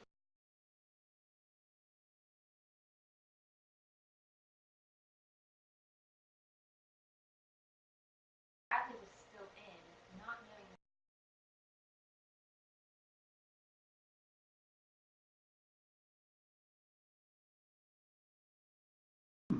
I think she had relinquished.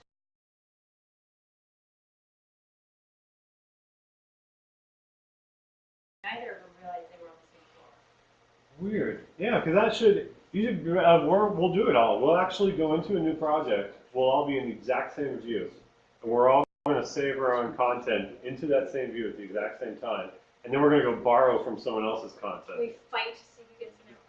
Absolutely. This is actually a lot of fun because we see who has the fastest mouse clicking skills, and it's like Jeopardy. Yeah. No. But no, it's very. It was when she forgot to relinquish her editing rights. Was what happened. And that's a common one. I don't know what could have happened with the other. Maybe he. It was a doozy of a day. Here's what I've heard happening before. Like the situation you're talking about is someone accidentally opens the central file. And so you have all these users out there working on their Oh, own. they're not working off the local file. They're working directly. Someone out of accidentally this. opens Central and they stay in Central. They're working in Central and they end up overwriting everybody's work. Or one of them is probably in Central. Yep. They can accidentally be in the Central, and that's where things get messed up. Because when you have the local file going, and those element IDs are always staying fresh, there's really no way that two people can grab them. They can all be in the same view. Because it's about being object-based. As long as two users aren't trying to grab the same element ID object, they should be okay, conceivably.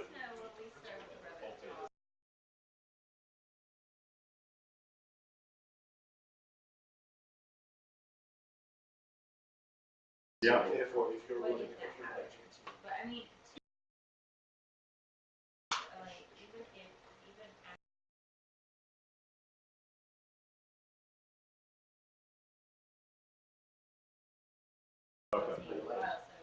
Cool. We're getting Yeah. awfully intelligent. Well, hopefully this will help. Yeah. I would really love to, I have some other ways too, as we're demonstrating this, I think it will really become clear. Let me set up, everyone just follow me just on screen. Should we close? Close everything. You mean the project, not Revit or Revit, or just the project? Let's, We need Revit. yeah, keep Revit open.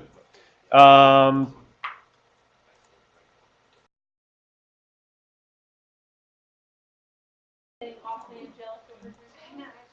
Do we need to save it? So certainly, if you'd like to keep it.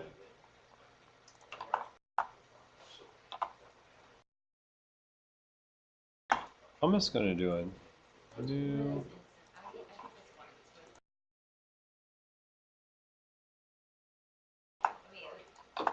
when that whole thing happened,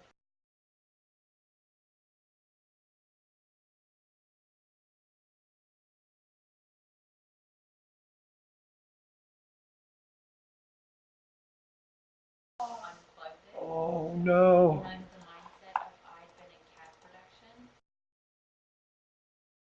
This is like in LA. I didn't want my boss to know, so I got back in it and did the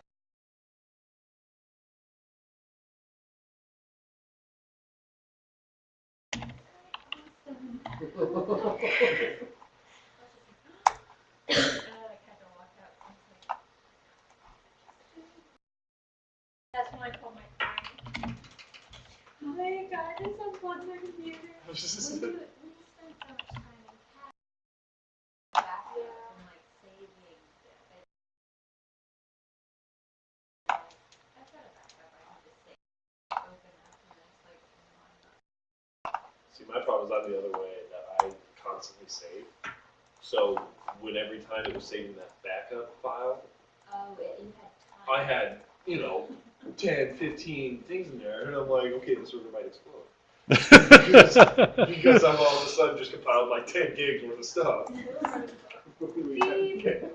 So, yeah. Beep. Barrett takes the battery backup that I've unplugged. done that. But it makes the same noise. Is the tape. server and for like hours all we heard was beep. And we were like, Mike, please I fix make this. it stop. My And he's head like, is going so slow. there's no It's like I've called Norman. Norman didn't know that you're working today. It's we're gonna get it fixed, and we're just like we're going insane. Beep, beep, and then Bear finally goes. No, I was like, Oh, you It's over noticed? there. Right. Yeah, and she's like, I fixed my battery. speaking of these, and various sort of things, I did go over that stack with Brandon. Oh, good. So I basically said which stuff needs to be saved and which needs to be, well, There's nothing that really. there's Okay. nothing that really should be chucked right there. Some of it's very old though. Some of it could, well, Maybe very old. for another time. Sorry. Oh, we'll wait for it. Okay, all set? Okay, so here's a brand new file. Everyone just keep stay where you are. To enable work sets, which basically is when you're taking that leap from that nice little file that only you can work on to that sharing. You do that by going to your Collaborate tab or any file when you have it open and hit Work Sets. Now, a little dialog box pops up that says, note, sharing a project requires careful planning and management. Click OK to enable work sharing or cancel to return your project without enabling work sharing. It is irreversible. So when you make this move, be careful. Actually, I have a method for reversing it, but you know, it's hard to reverse. And by default, it's just going to um, do 2 basic work sets. I'm going to name these text.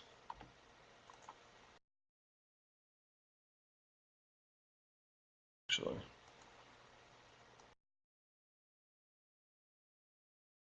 Levels and grids are by default. Okay. So you let it chug for a moment.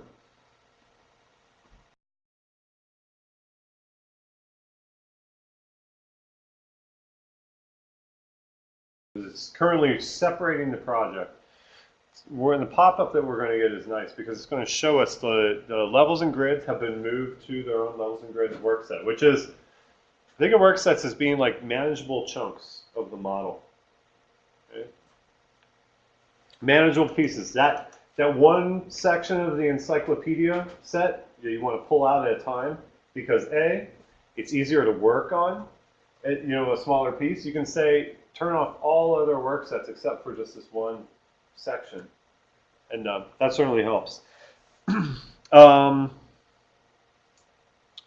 we go. This dialog box is an interesting one because there are several things going on. First, I have only 2 work sets. I have levels and grids, and then I have text. It's editable, yes. I'm the owner, yes. It's opened, okay, and it's visible in all views. I'm going to hit, you can also go to these other elements. They're not as critical for right now. Just user created is okay. I'm going to do a new one. Or actually, I'm going to let you all do that one. I'm going to hit OK.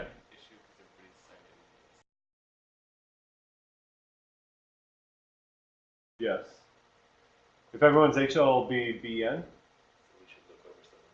Yeah, let's do it that way. 4 of us. Yes. Yeah. You know what you're doing. Thank you for pointing that out. Okay. So, You'll have to come. You should sway over here. yeah, sorry. So I currently am in. One person can be HLB. He's Oh, already. he's HLB. Never mind.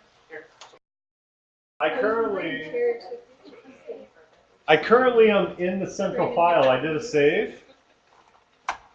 save. And I'm just going to make sure that this is saved to. It's under there as work set training. That's good. If you do a file save as, it gives you the number of backups that you're doing, all those things. We don't need to do that. It's already saved as the central. What I am going to do then, after I've made the central, close it.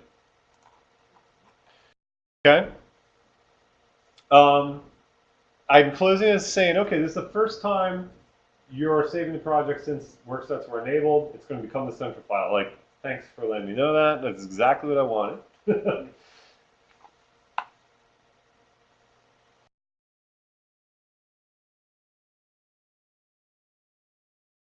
On large models, you start to load only certain work sets because it's nice. You can actually pare the model down depending on, especially from an architectural model standpoint. You can say, I only want to load up a certain certain work sets that I'm working on.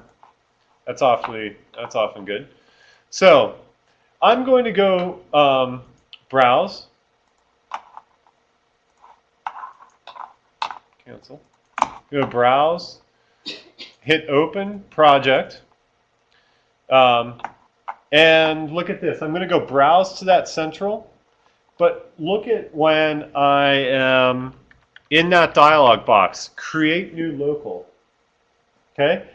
You actually don't ever want to open your central file. To be really honest, you would browse to it to make the initial local file, but you don't ever want to really open it.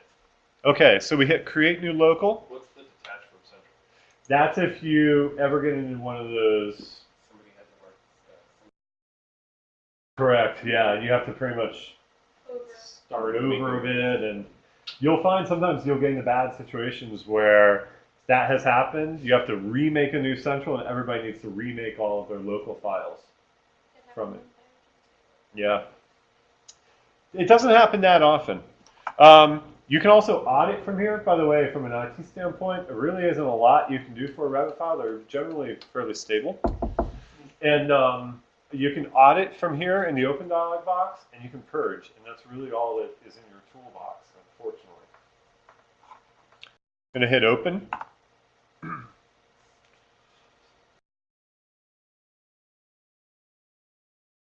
Okay. Look at the file extension and the name. It's an RVT still, but workset training, it gave me underscore user name. Is that cool? Now, does it use, that's interesting, so does it use the Windows username, or does it use the username of where, it's hard to explain, so Windows username. I would imagine the Windows username. Yeah. Right? So there wouldn't have been an issue in this case. Because, well, it would have been an issue only for, well, let me go back one more time. Yeah, administrator is the local user on their computers. But generally speaking, because everybody logs in with their own name, it won't be a problem. Okay. Cool. Just in this training instance, it's fine. You know, it's a genius thing because you get to see who has certain elements checked out. When you go into work sets, it's nice. So you're saying that if people are logged in locally as administrator, because that's actually the way we used to do things in Windows XP, that would create an issue? I think it would. Let's see. When we come, everybody's made their local file. Okay. Go into your Collaborate tab. And look, there's a lot more that's available here. And look at your active work set. There's a drop down. In many ways, you have to think of this in CAD terms as being like a layer manager, because oftentimes you'll have many work sets in there. It's almost like the layer you're drawing on. Okay. Hit work sets. And I'm going to hit new. And I'm going to call this Peter. I'm going to hit OK.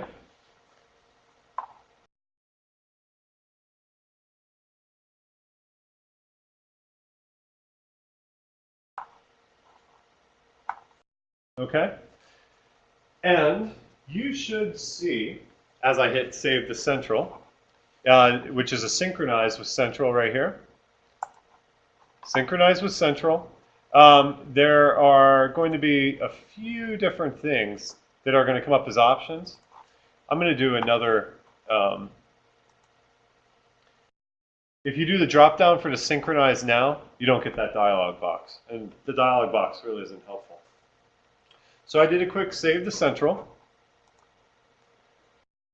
Put my active work set on Peter.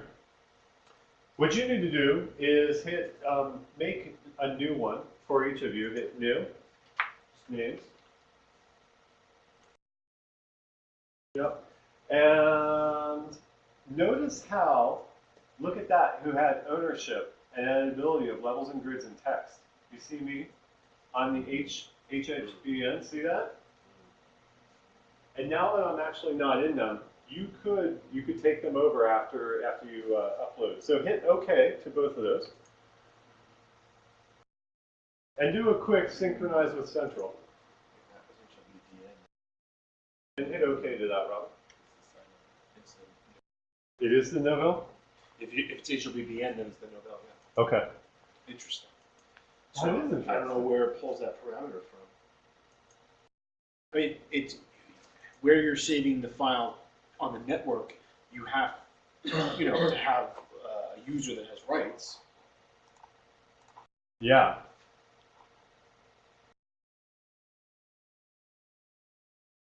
So I just synced up with Central, and I in my work sets, and look at this. I picked up your new work sets that you have created. Okay? That neat? Yours is edible there. Correct. Yep. So, when you are adding new content, it's not a bad idea to just put it on your own work set. We encourage people to actually just work on your own work set. You can copy all those items you're creating into the work set they ultimately need to be on. So you may have lighting level 2 or lighting, office lighting, things like that as a work set. You may have common spaces versus, specific spaces. You may want to break up the model into whatever makes sense think about from a computing standpoint, what's going to be fast loading. You may have back of house versus front of house. All of those types of things as work sets. You can just break it up different ways. But whatever work set, check this out. When I hover over an item, I get a little puzzle piece. So try to select that HLB is the best. And try to move it, MV.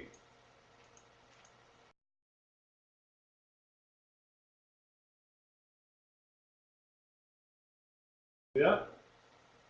It says, what? Your error is saying that you can place a request, but that I have it checked out, right? When you place that request, that's like the IM. Because it's going to send me a message that says, Peter, is there some way that... It's that on screen there. Yeah, there we go. Requested. Oh, cool. Is that cool?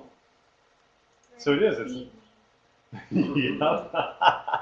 Exactly. Is there a timestamp? No. Oh, shoot. Is there a way to add one or No idea.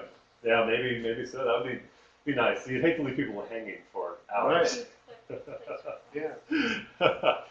But the reality is you can't touch it, you can't delete it, you can't do anything. Someone else grabbed the work set test piece of text. So you can get to that one first and move it. Now, if I try to grab that, That's because he Yeah. MV, I can't do it. Yep. So that's that link Place a request. back Oh, to okay. Central. Yep. So, but what prevents, if this was a lighting instance, Okay. what prevents, again, Brandon putting lights on level 2 and Robin putting lights on level 2? Nothing. Putting lights is nothing. That's what, okay. Only existing. So then at the end of the day, we realized we put it all in there, we're like, oh crap, we both did this. Yep. You'd Some have double, master person has to go through and delete the ones we don't want. but you just You're have double. You'd have 2 lights on top of You have 2 lights on top of each other. That's assuming you guys design. I will only do that. Yeah. So here's a question. As far as auditing is concerned, is there an audit trail for any requests, changes, whatever, on a central file? So that you could maybe review a log and say, okay, well, this, maybe or will that pop-up requesting access, for instance, always be there until you respond to It it? will always be there until you respond to it. Yeah. But I guess when a project is completed, then, is there an audit log of activity on a file, who requested, who had their hands in it? That's a good question. I don't know. I'd really like to know that as well. Or is there maybe there's an option that you could toggle audit logging or something? Yeah. So that anytime somebody works on it, you could know. Yeah. And here's an unfortunate question, but let's say a team member was doing some unscrupulous things, and we had to let them go. Yeah. And we can't rely on their work. But we don't necessarily know what they changed, let's say. We can go into an audit log and say, okay, here's all the pieces that they had at these dates and times. I don't know if it's got that level of logging. I don't think it does, although it is creating these journal files. That's something I would really like to know more about as well. I don't know what's. Very big brother.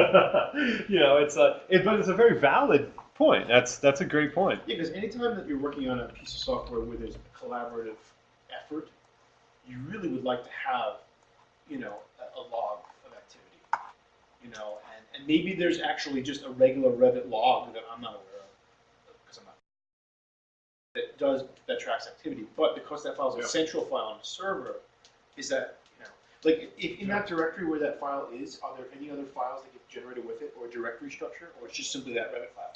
Just simply, so that central file will have 20 roving backups by default until you change that.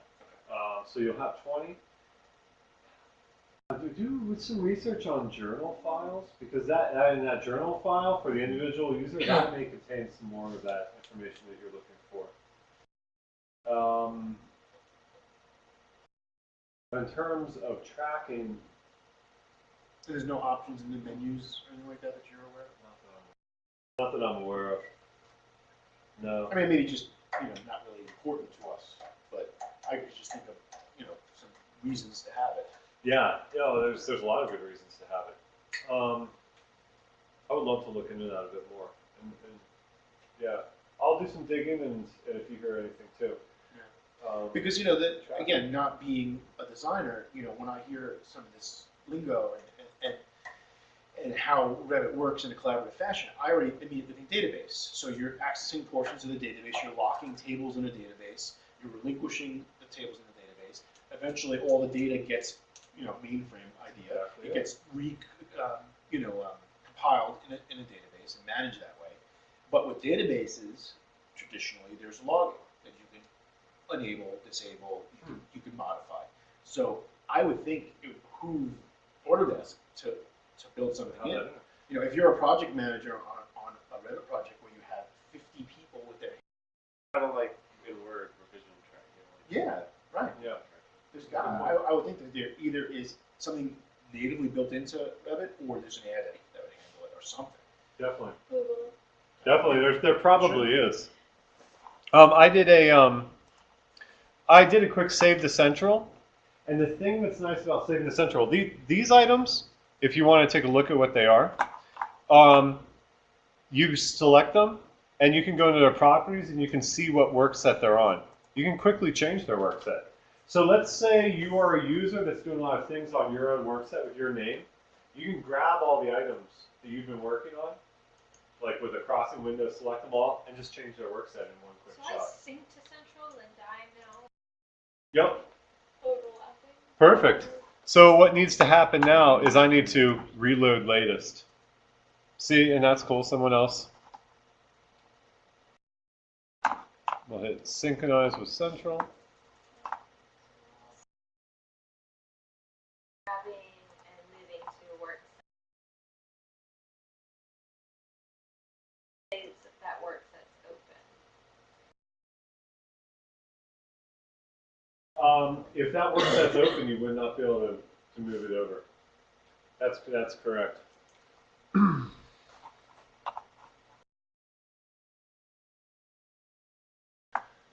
why was I able to move something in work set and that work set's not active? Because if no one has that work set, that whole work set checked out, you can click on individual items within that work set, and if no one else has it checked out, you can go do it.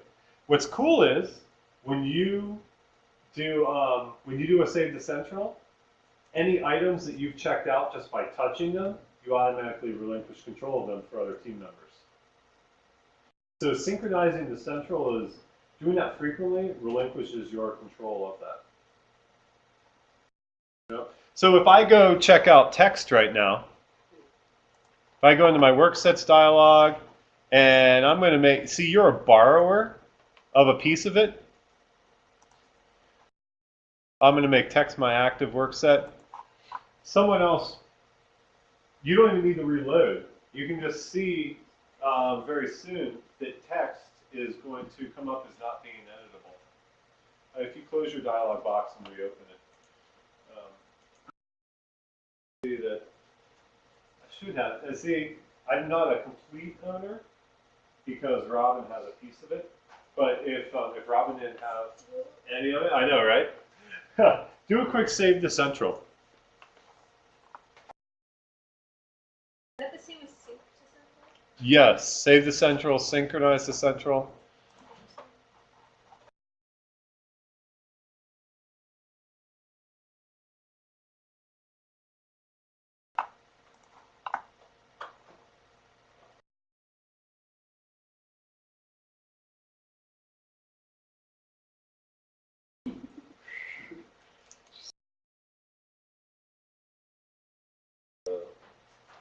And Just too quick. just do a relinquish all mine too, quickly from yours.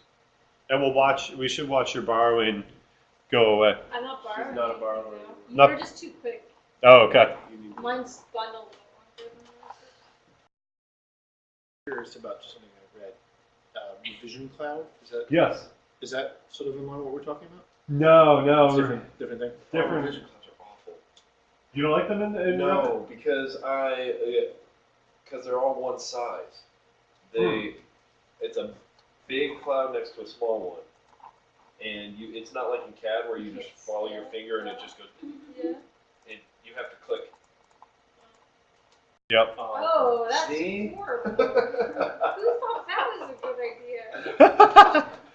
I actually like it. looks That looks interesting. like kindergarten. You can't just did make it. a shape and then make it. No. You can't like convert a polygon. Nope. Nope. That looks like a Actually, second I grader. really like it because it helps you get around. It helps you get around things that are really tight. Do you not like that? Yeah. And that's not perfect. This is It looks like a second change. But yeah, it's Well, it's kind of like in CAD and how they got rid That's of me the not being- array. knowing what I'm talking about. No, it was good Array to sandbox. um, When good you to think did about it. array in 2012 in bucks, no longer bucks. So you can also do quick synchronize with central is up here. Always. Let's just add some fixtures quickly. It doesn't even matter if you, nope, box does not exist now. Completely on. I relinquished all mine. Be going to Revit. I had to go to 12 because I had a file that could only open it. We'll do some HLB. Without ever opening stuff.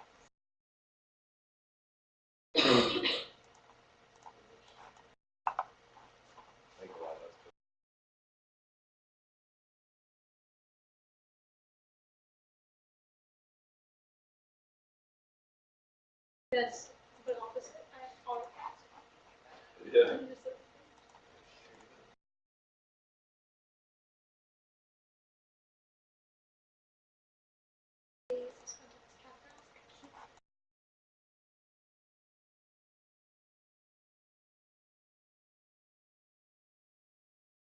the entire thing would just be black.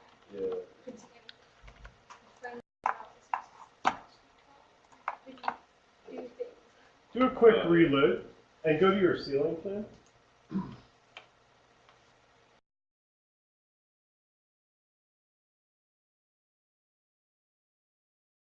Yeah. We're all and notice we were all in the same. We were all in the same view, and we're all in the same view even now.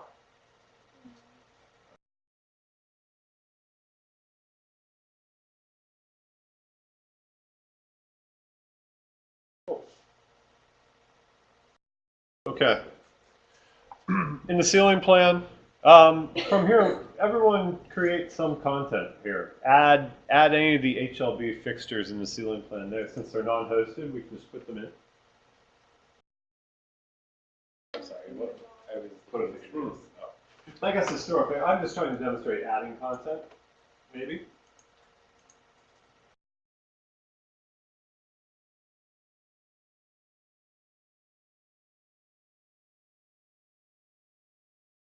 What do you do to in the command? Just good. This more than I found more main because one hand. I have a lot of that right click stuff in CAD. I'm doing like I get to the end and I'm like, no, that didn't work. No, that didn't. From here, we just can let's all sync to central and see where we ended up. What's the difference between sync to central and reload latest? Sync to central automatically reloads latest, which is nice. It's a two-step. It's otherwise a two-step process. Reloading latest, you would do only if you don't want your changes to go up to the central file yet. If you only want to pull down what others have done and not necessarily put your stuff up yet, you can do that. There is unfortunately no way to auto-save the central. I think that's something that we were talking about. The auto-save, you can get a reminder to save the central on a certain amount of time. Our pull-down options And then for your notifications, saving the central reminder 1 hour. On a big model, you only want to save probably once an hour because it actually sometimes takes a while. Otherwise, you'll just want to do local saves. And you have to pretty much say, okay, if I did happen to lose some work, what's a manageable amount of time? Just like with CAD. Did I lose 15 minutes worth of work and be okay with it? Or, I know none of us like to think in those terms, but it's a good thing. Okay, what did you get? Elements have duplicate work values. Okay. Actually, 3. That's fine. And that's a good thing that we're Not get thinking about that.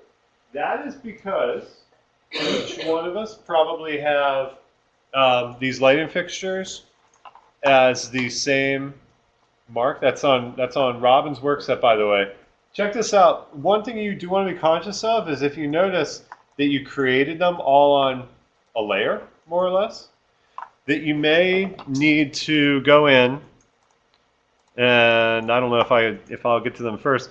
You may need to move them to, in this case, a new work set. Collaborate. Let's call it lighting. I can make it and save it. Lighting.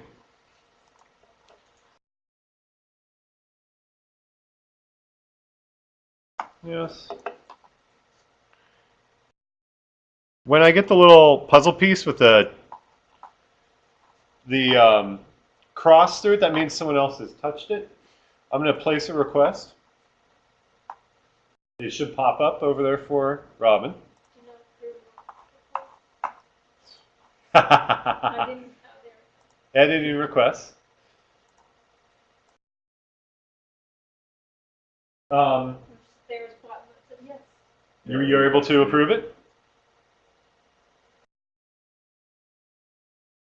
All it says is like request. What does she have to do to Oh, so to approve it? relinquish your rights. Go to your collaborate tab. Editing requests.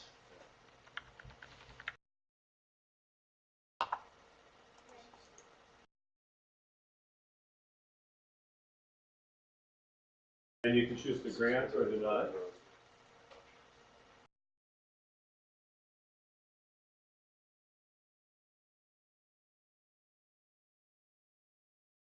Oh, instead they hit grant.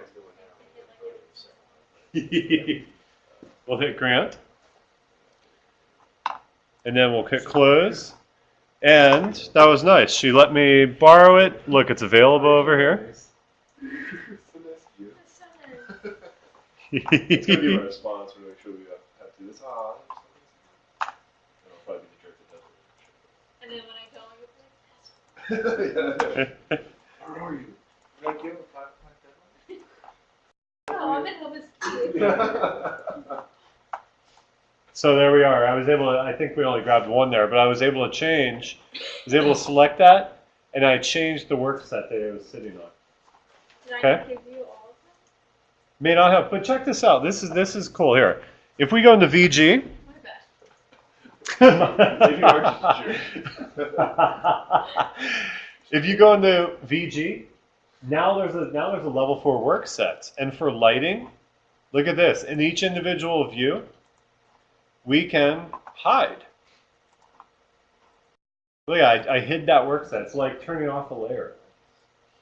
in the work set tab. You're right. Yep, exactly. Globally, it's going to say that it shows up. Now, there are some times that you want to make a work set that doesn't show up by default in all views. Let's say you can take a link per se that you always have loaded up. Maybe it's a structural model or something like that. That it's a big chunky model. You don't want it loading in every view, but you occasionally may want to reference it just to know it's there for clash detection, maybe things like that. A few ways to handle it. You can either do it by load, unload, or you can do it by putting it on a work set that's not visible most of the time. Okay? So you basically would do work set, new, and see how this checkbox visible in all views? You just uncheck that. I do assign. How do you assign something to a work set? So I'm going to reload latest just to make sure I get everything. So if I grab a light fixture and over here in my properties, I change it from the current work set that it's on, I'm going to change it to lighting. And it happens to be off in this view because I need to update. Work set, lighting. Does that make sense? Yep. And then I need to go VG, work sets.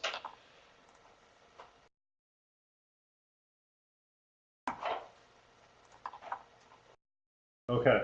Is that making sense so far? Fundamentally, I know it's a little hard because it's in kind of a theoretical classroom, but is it demystifying it to some degree? Is it helping? Okay. Let's do some design options. That's not on our list, but I think design options like trying some different layouts in a room. Okay, I mean, what do we got? We have about a half an hour. I Right. don't know if there was other just general questions. Yeah, I should take a look. Maybe zoning. I think actually, well, and the CAD documentation, I don't think it's much. I assume if we just want to Cool. put a general question out there, do you just simply import a CAD background and then you can we can document as we would in Revit, just the Z doesn't matter? Mm-hmm. Okay. Check this out. Well, let's run through that in this file. Point me to, I'm going to link CAD off of my Insert tab. Point me to a good,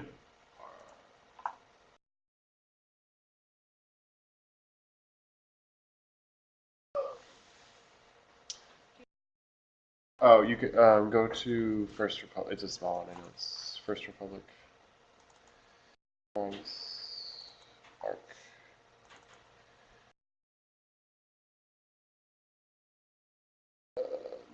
This is the ceiling plan. That's the floor plan. Yeah, one of those. Or you can go to existing do that one. Yeah. Okay. Oh, yeah. Okay. Yeah. So here's something that we can do. When you're bringing in a CAD file like this, you probably want to check current view only, and you're linking. You're not importing. It's not becoming native. Current view only means it's not going to show up on every floor plan view. Thankfully, it's just going to be this one. Okay.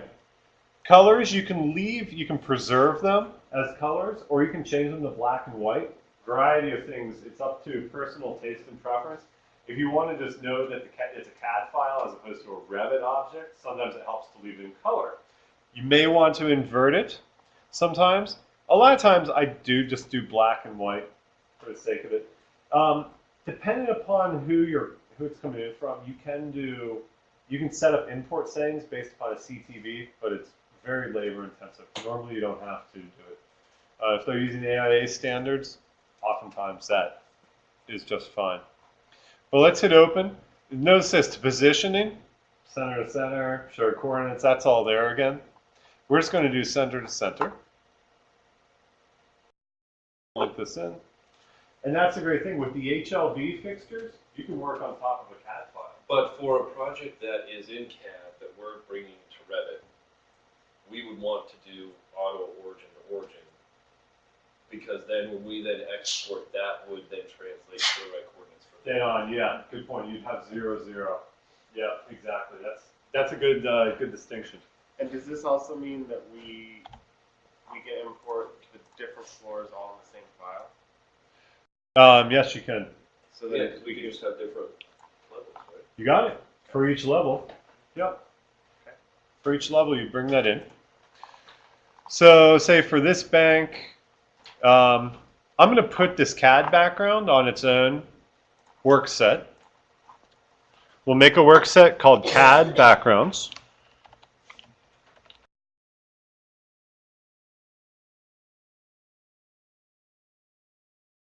We'll make it visible in all views, sure. We'll hit OK. And select that background.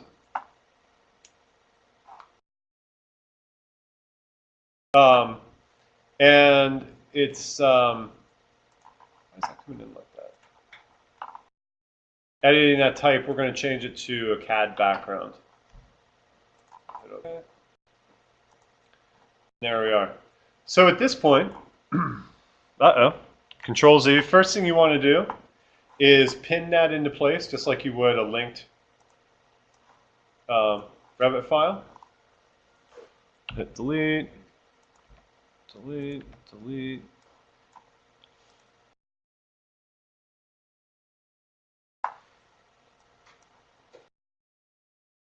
Ceiling plans, and then from there, why those are coming in like that? You can start placing your fixtures.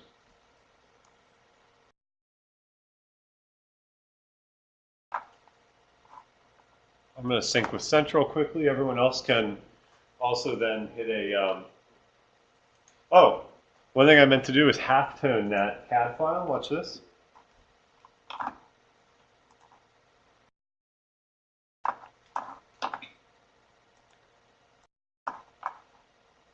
Select the CAD file. You can either right-click and hit Override Graphics in View by element, and you can halftone it. Better yet, do it through VG. And we go to Imported Categories. Imported Categories. We find that DWG, and we hit halftone. Apply. Okay. And there we are. And then we just sync up with Central quickly. Be able to reload and pull it in. And then you'll have that link built up as well. You'll do the same through Manage and Manage Links. You can go to CAD. Similarly, which I think is going to be my new favorite way of getting there, is in the bottom. Oh, it only has Revit links. Doesn't have CAD links. Sorry. Project Browser has Revit links available. You can manage things from there. What's up? In Manage Links, does it have CAD format? It does. Next tab. Yeah. There it is. Yep. Okay. In the bottom of the project Oh, browser, so there's there, Revit links right. only.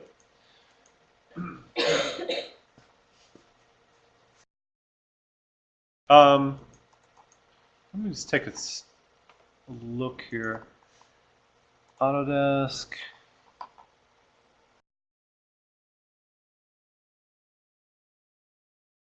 Design Review 2012. Okay, cool. We do have it. Is that making sense for if there's this CAD background? You're exactly right. Then you just place it on each level. Yep. And that's the way many structural and MEP engineers have been working for years now. But how, so, you set up levels then? Yes, you'd set up levels, and you would do that through going in, and you could go to View, and you do a section, or an elevation for that matter. Well, let's just do a section. I'll have it go all the way through. Right click, go to View. By default, you have a view in there. It is named Default HLB Level 1. Okay. You can select that level and you can copy it up a certain distance. Just select that level. When I cut a section, I just cut off the box. Oh, so close that or go back to where your section is. See if you can select your section.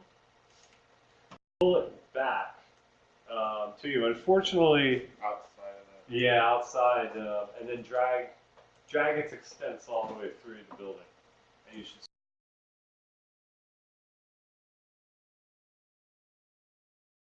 There it is. Okay. So take that level then, CO, multiple, and we're going to go up 20 feet for each one. Escape. We should have default HLB level. You can rename these on the fly. Double click. HLB level 1. HLB level 2.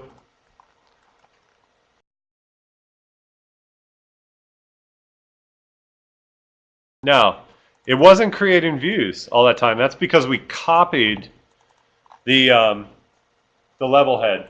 And I made a mistake yesterday. I said that the level head will be blue if it has a plan associated with it, or I said it will be black if it has a plan associated with it. Other way around. It's black if it has no plan associated with it, where it's blue if it does. It prints black. It's nothing. It's just there for the user to reference.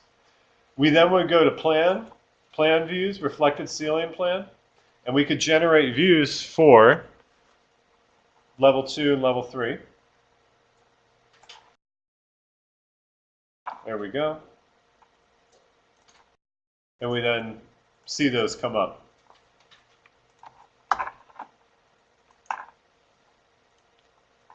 Now, So I click on the level, yep, I type CO, yep. then what do I do? You click anywhere in the drawing area, select to set your base point. Okay. So left click once. Click on this. Yep. And then put your cursor going up. And then at this point, you can key in whatever you like. If you want to put it, if you know what your floor to floor is, you can make it actual. Or in the case of when you're working in CAD, you can make it 10 feet and then keep going up since you're in multiple. But you have to drag your, exactly right, you have to drag your box. Extends that. Drag it upward. So, normally when we've been doing this, it would then show up in a. That's correct. My levels are. I only have 3D views and sections. That's right. You didn't make a view yet. You just copied the level. Go to your View tab. Oh, right. Yep. View tab, plan views. You have to create plan views for those levels. And there you are. And then you just put the associated CAD file on each level. And we would do usage. Yep. Now here's a critical element for this. So for this CAD file, okay, you want to use something called a reference plane so that you can get each CAD file to line up with one another. Let's just pick a column line, let's say 1 and A, that we will utilize for that purpose. Home, reference plane. Instead of drawing, we're going to pick lines. Pick lines, click on that, click on that. And what that is doing is that when we go up to level 2, we have those reference planes then available to us to know where the intersection of lines 1 and A are. So that in CAD, because you don't have a 3D object, it allows you to stack your CAD files in the right place, right? The other thing, and I think it may be a non-issue, is if you are importing origin to origin, you may not have that issue at all. Because you're importing 0, 0 to 0, 0, presumably, in an XY coordinate system. But in case you are not, that should be pretty foolproof. So that's the nice thing about having a reference plane there is that it allows you to have that.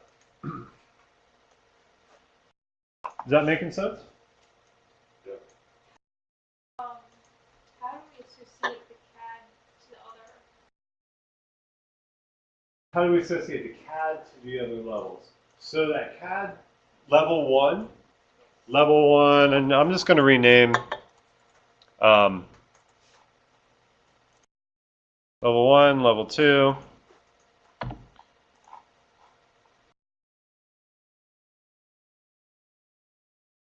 Rename. I believe this is a 2-story building. I'm going to go to Insert, Link CAD, Floor Ceiling Level 2, Current View Only. We're going to do Origin to Origin. Hit Open. And we're actually going to move our, because I made that mistake early on, that I Need to align my two plans.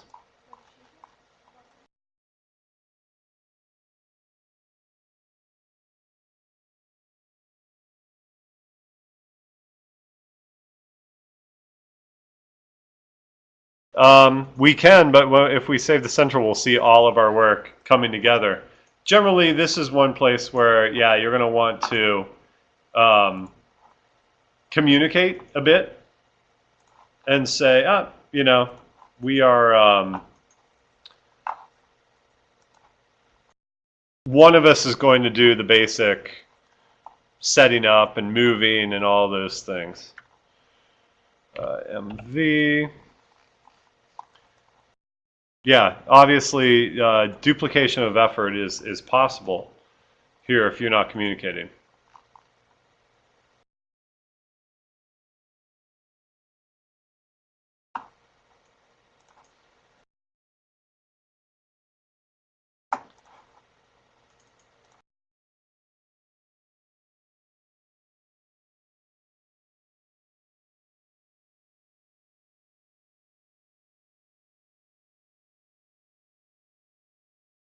Window tile, just so I can see all of these things.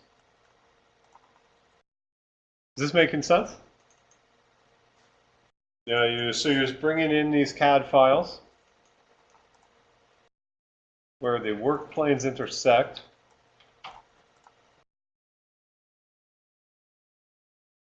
Where they want to reside. Half-toning the CAD plan. Then you can draw on top of it.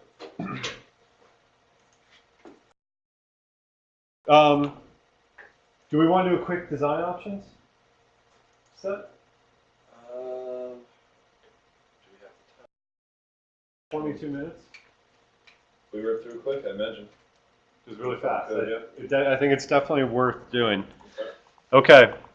So let's go into a space that doesn't have any lighting fixtures in it.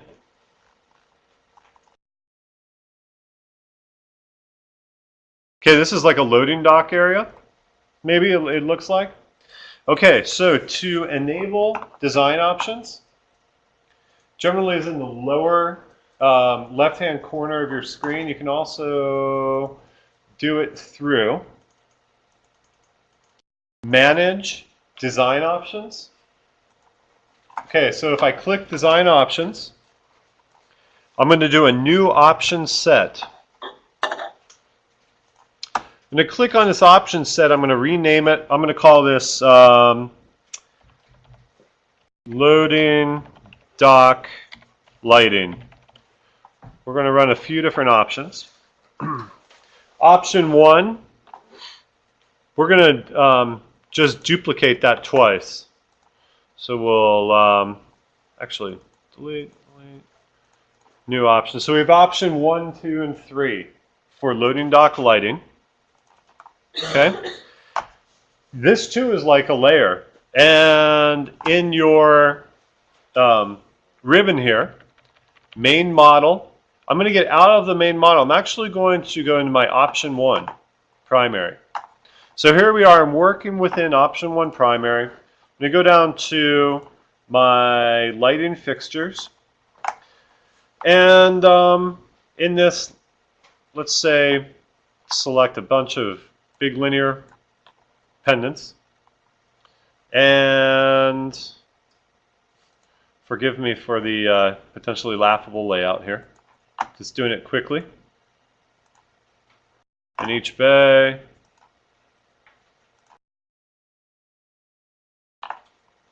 Okay. Escape. Then I'm going to go into option 2.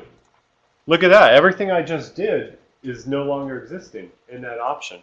It's not that it doesn't reside there. I can go back to option 1 at any time, and everything I drew on option 1 remains there. But let me go to option 2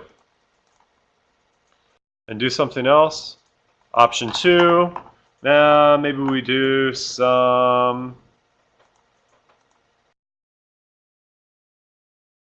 just for the sake of having something. Okay.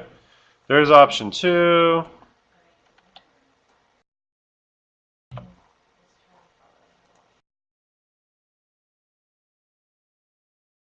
Okay. And then I'm going to jump to option 3 and do even a third option here. Just so it's easy to see.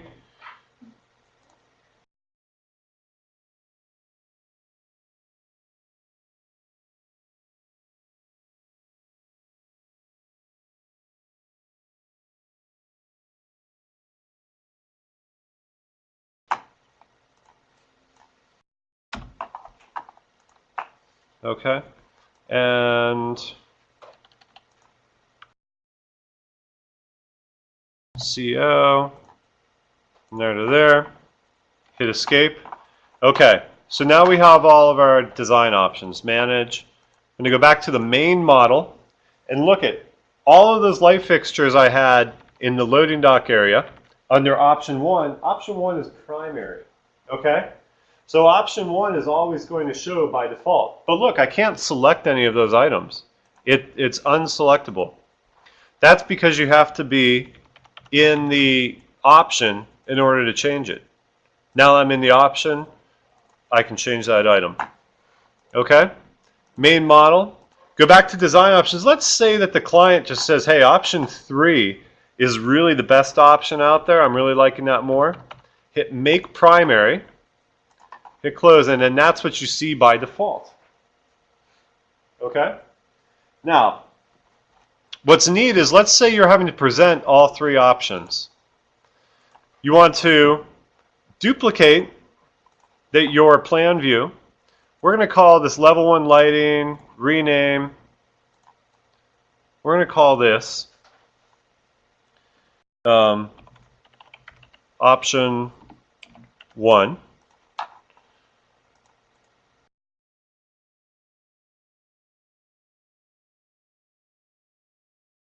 You'll have to make those elements editable.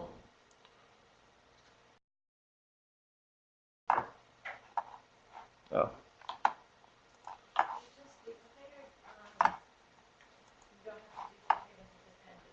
No, you don't. And actually, you don't want to.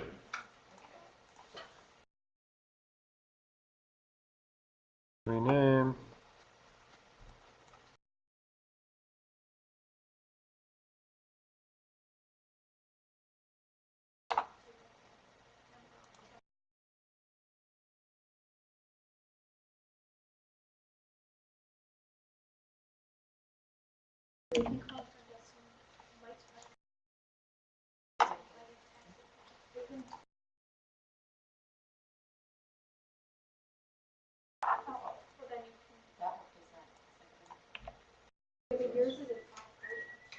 Option 3. Okay. VG.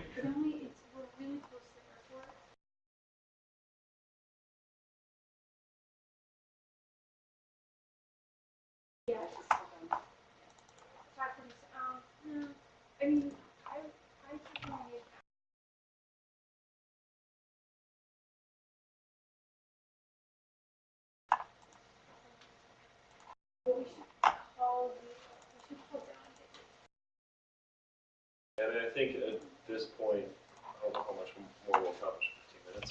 I think people have got to scatter. Yeah, that makes in VG you set the option that you're looking at. Basically, is what it comes down to for each option. That might be something. I mean, I think that on the surface it makes a lot of sense. That might be another one of those tutorial type items. Yeah. Yeah. Yeah. Option 1. That would be helpful for us to move, export and move into our like design. Oh, like presentation and stuff.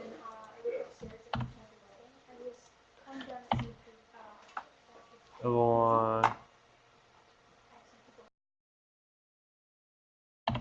Okay, so there we are. All 3 options are shown. Yes. Yep, perfect, thank you. And to present them separately. That's how you do it. Thank you. All set? Sorry to interrupt you. Oh, no, no sweat.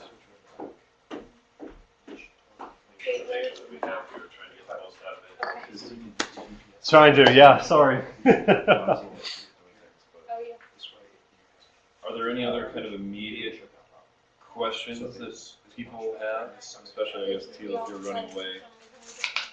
There may not be much in here, but. Okay, great. Sometimes like math. That sounds good. Okay, okay, great. That sounds good. Yeah, I'm available anytime next week. Yeah, we can chat. Yeah. And Pleasure we're all meeting you. scheming to have you move in here with your team, so. Oh, For 6 months or whatever that that would is, be so. fun. I like that. That would be interesting. That should be a great stuff. Yeah, actually, yeah, I'd be interested in considering that. Norman's gonna be here at some point. Yeah, you probably. Yeah, it's interesting. The only competing thing We is actually have a conversation. added after actually. I think you guys can fit in. You would Consider it, but it also takes me off my own marketing efforts and all those things. I'm a little nervous about. Well, we would put the camera on. Or side or something. Yeah, last thing I want to You do wouldn't is use come out that same at the end website. of 6 months and not have The other it is- lined up. because I didn't Why have it. are we, nobody's moved small? So I have a project to do going. Okay, it's not early at January, lunch. and I have two little residential projects. We don't like anything. The other solution is we get you. Yes, No, please. but that's very small like that. That just keeps crashing. You Well, will use like cool. CAD viewer. That's Front viewer, the kind of it's- thing I'd like to stay with. The other idea I have is. But anyway, but I'll be making that decision probably next week or so. That would be great. So maybe we change them out. I would be Maybe we interested. find a way to pull it off the wall a little bit. Get the view to that from behind the TV. You know, so funny thing is. Thanks so much. Horizon, They had, but they had, So full. no, they, the desktop, the Mac. Yeah, the Mac Mini. Yeah, I'm not thinking. Use that. Yeah, well. No, but they also made niche, like, there's like a 4-inch niche that the TV goes in. And the TV's only with our But TVs. basically the same.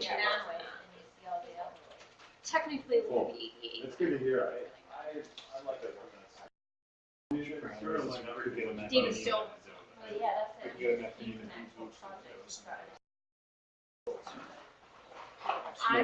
Exactly, working in this nice. You can't just put a mouse in it, it's gonna be able to use it. Yeah. These are work, little, nice. Use the windows and that's more fun. It's like this. Yeah. Mount it on the TV, have a USB type webcam, use one of the webcam just like this. Boom. Go back and All that wiring in the wall. see if my dad's saying that. It may not be. Hook your laptop up to it. If someone was coming with a presentation projector, they connect their laptop to things on the side there. Boom, done. Yeah, it seemed like it. I And don't know. there's actually, it's right here, there's a horrible. Oh, you don't use it. Big And company that we work with. Yeah, Principals. yeah, it was, maybe because it was old. Lots of women principals were here. So for now, Yeah. I think the collab room is the best bet. Maybe it was. So that's all set out? No, that has, Oh. you shut it down. Oh, am I shutting this down by the way? Yes. I think we've all gotten PPP. Yeah. This concludes our rather impressive and extensive All right. Revit training. Yeah. Thank you all for participating and joining us in Boston. It's been a wonderful experience for all. Thank you very much, Peter, for your expertise, your wit, and your flow in giving us a great.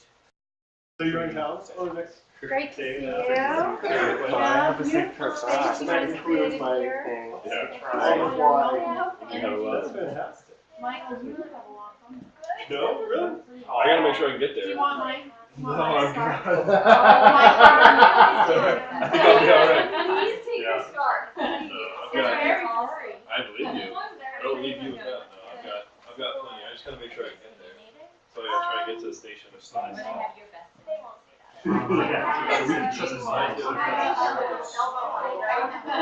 Is this? Thank you for all your efforts. You guys are amazing. Safe travels. I have to leave this to somebody else. People who are leaving, if you'd like food for your trip, we have so much, please take. I kind of loaded up. No. No.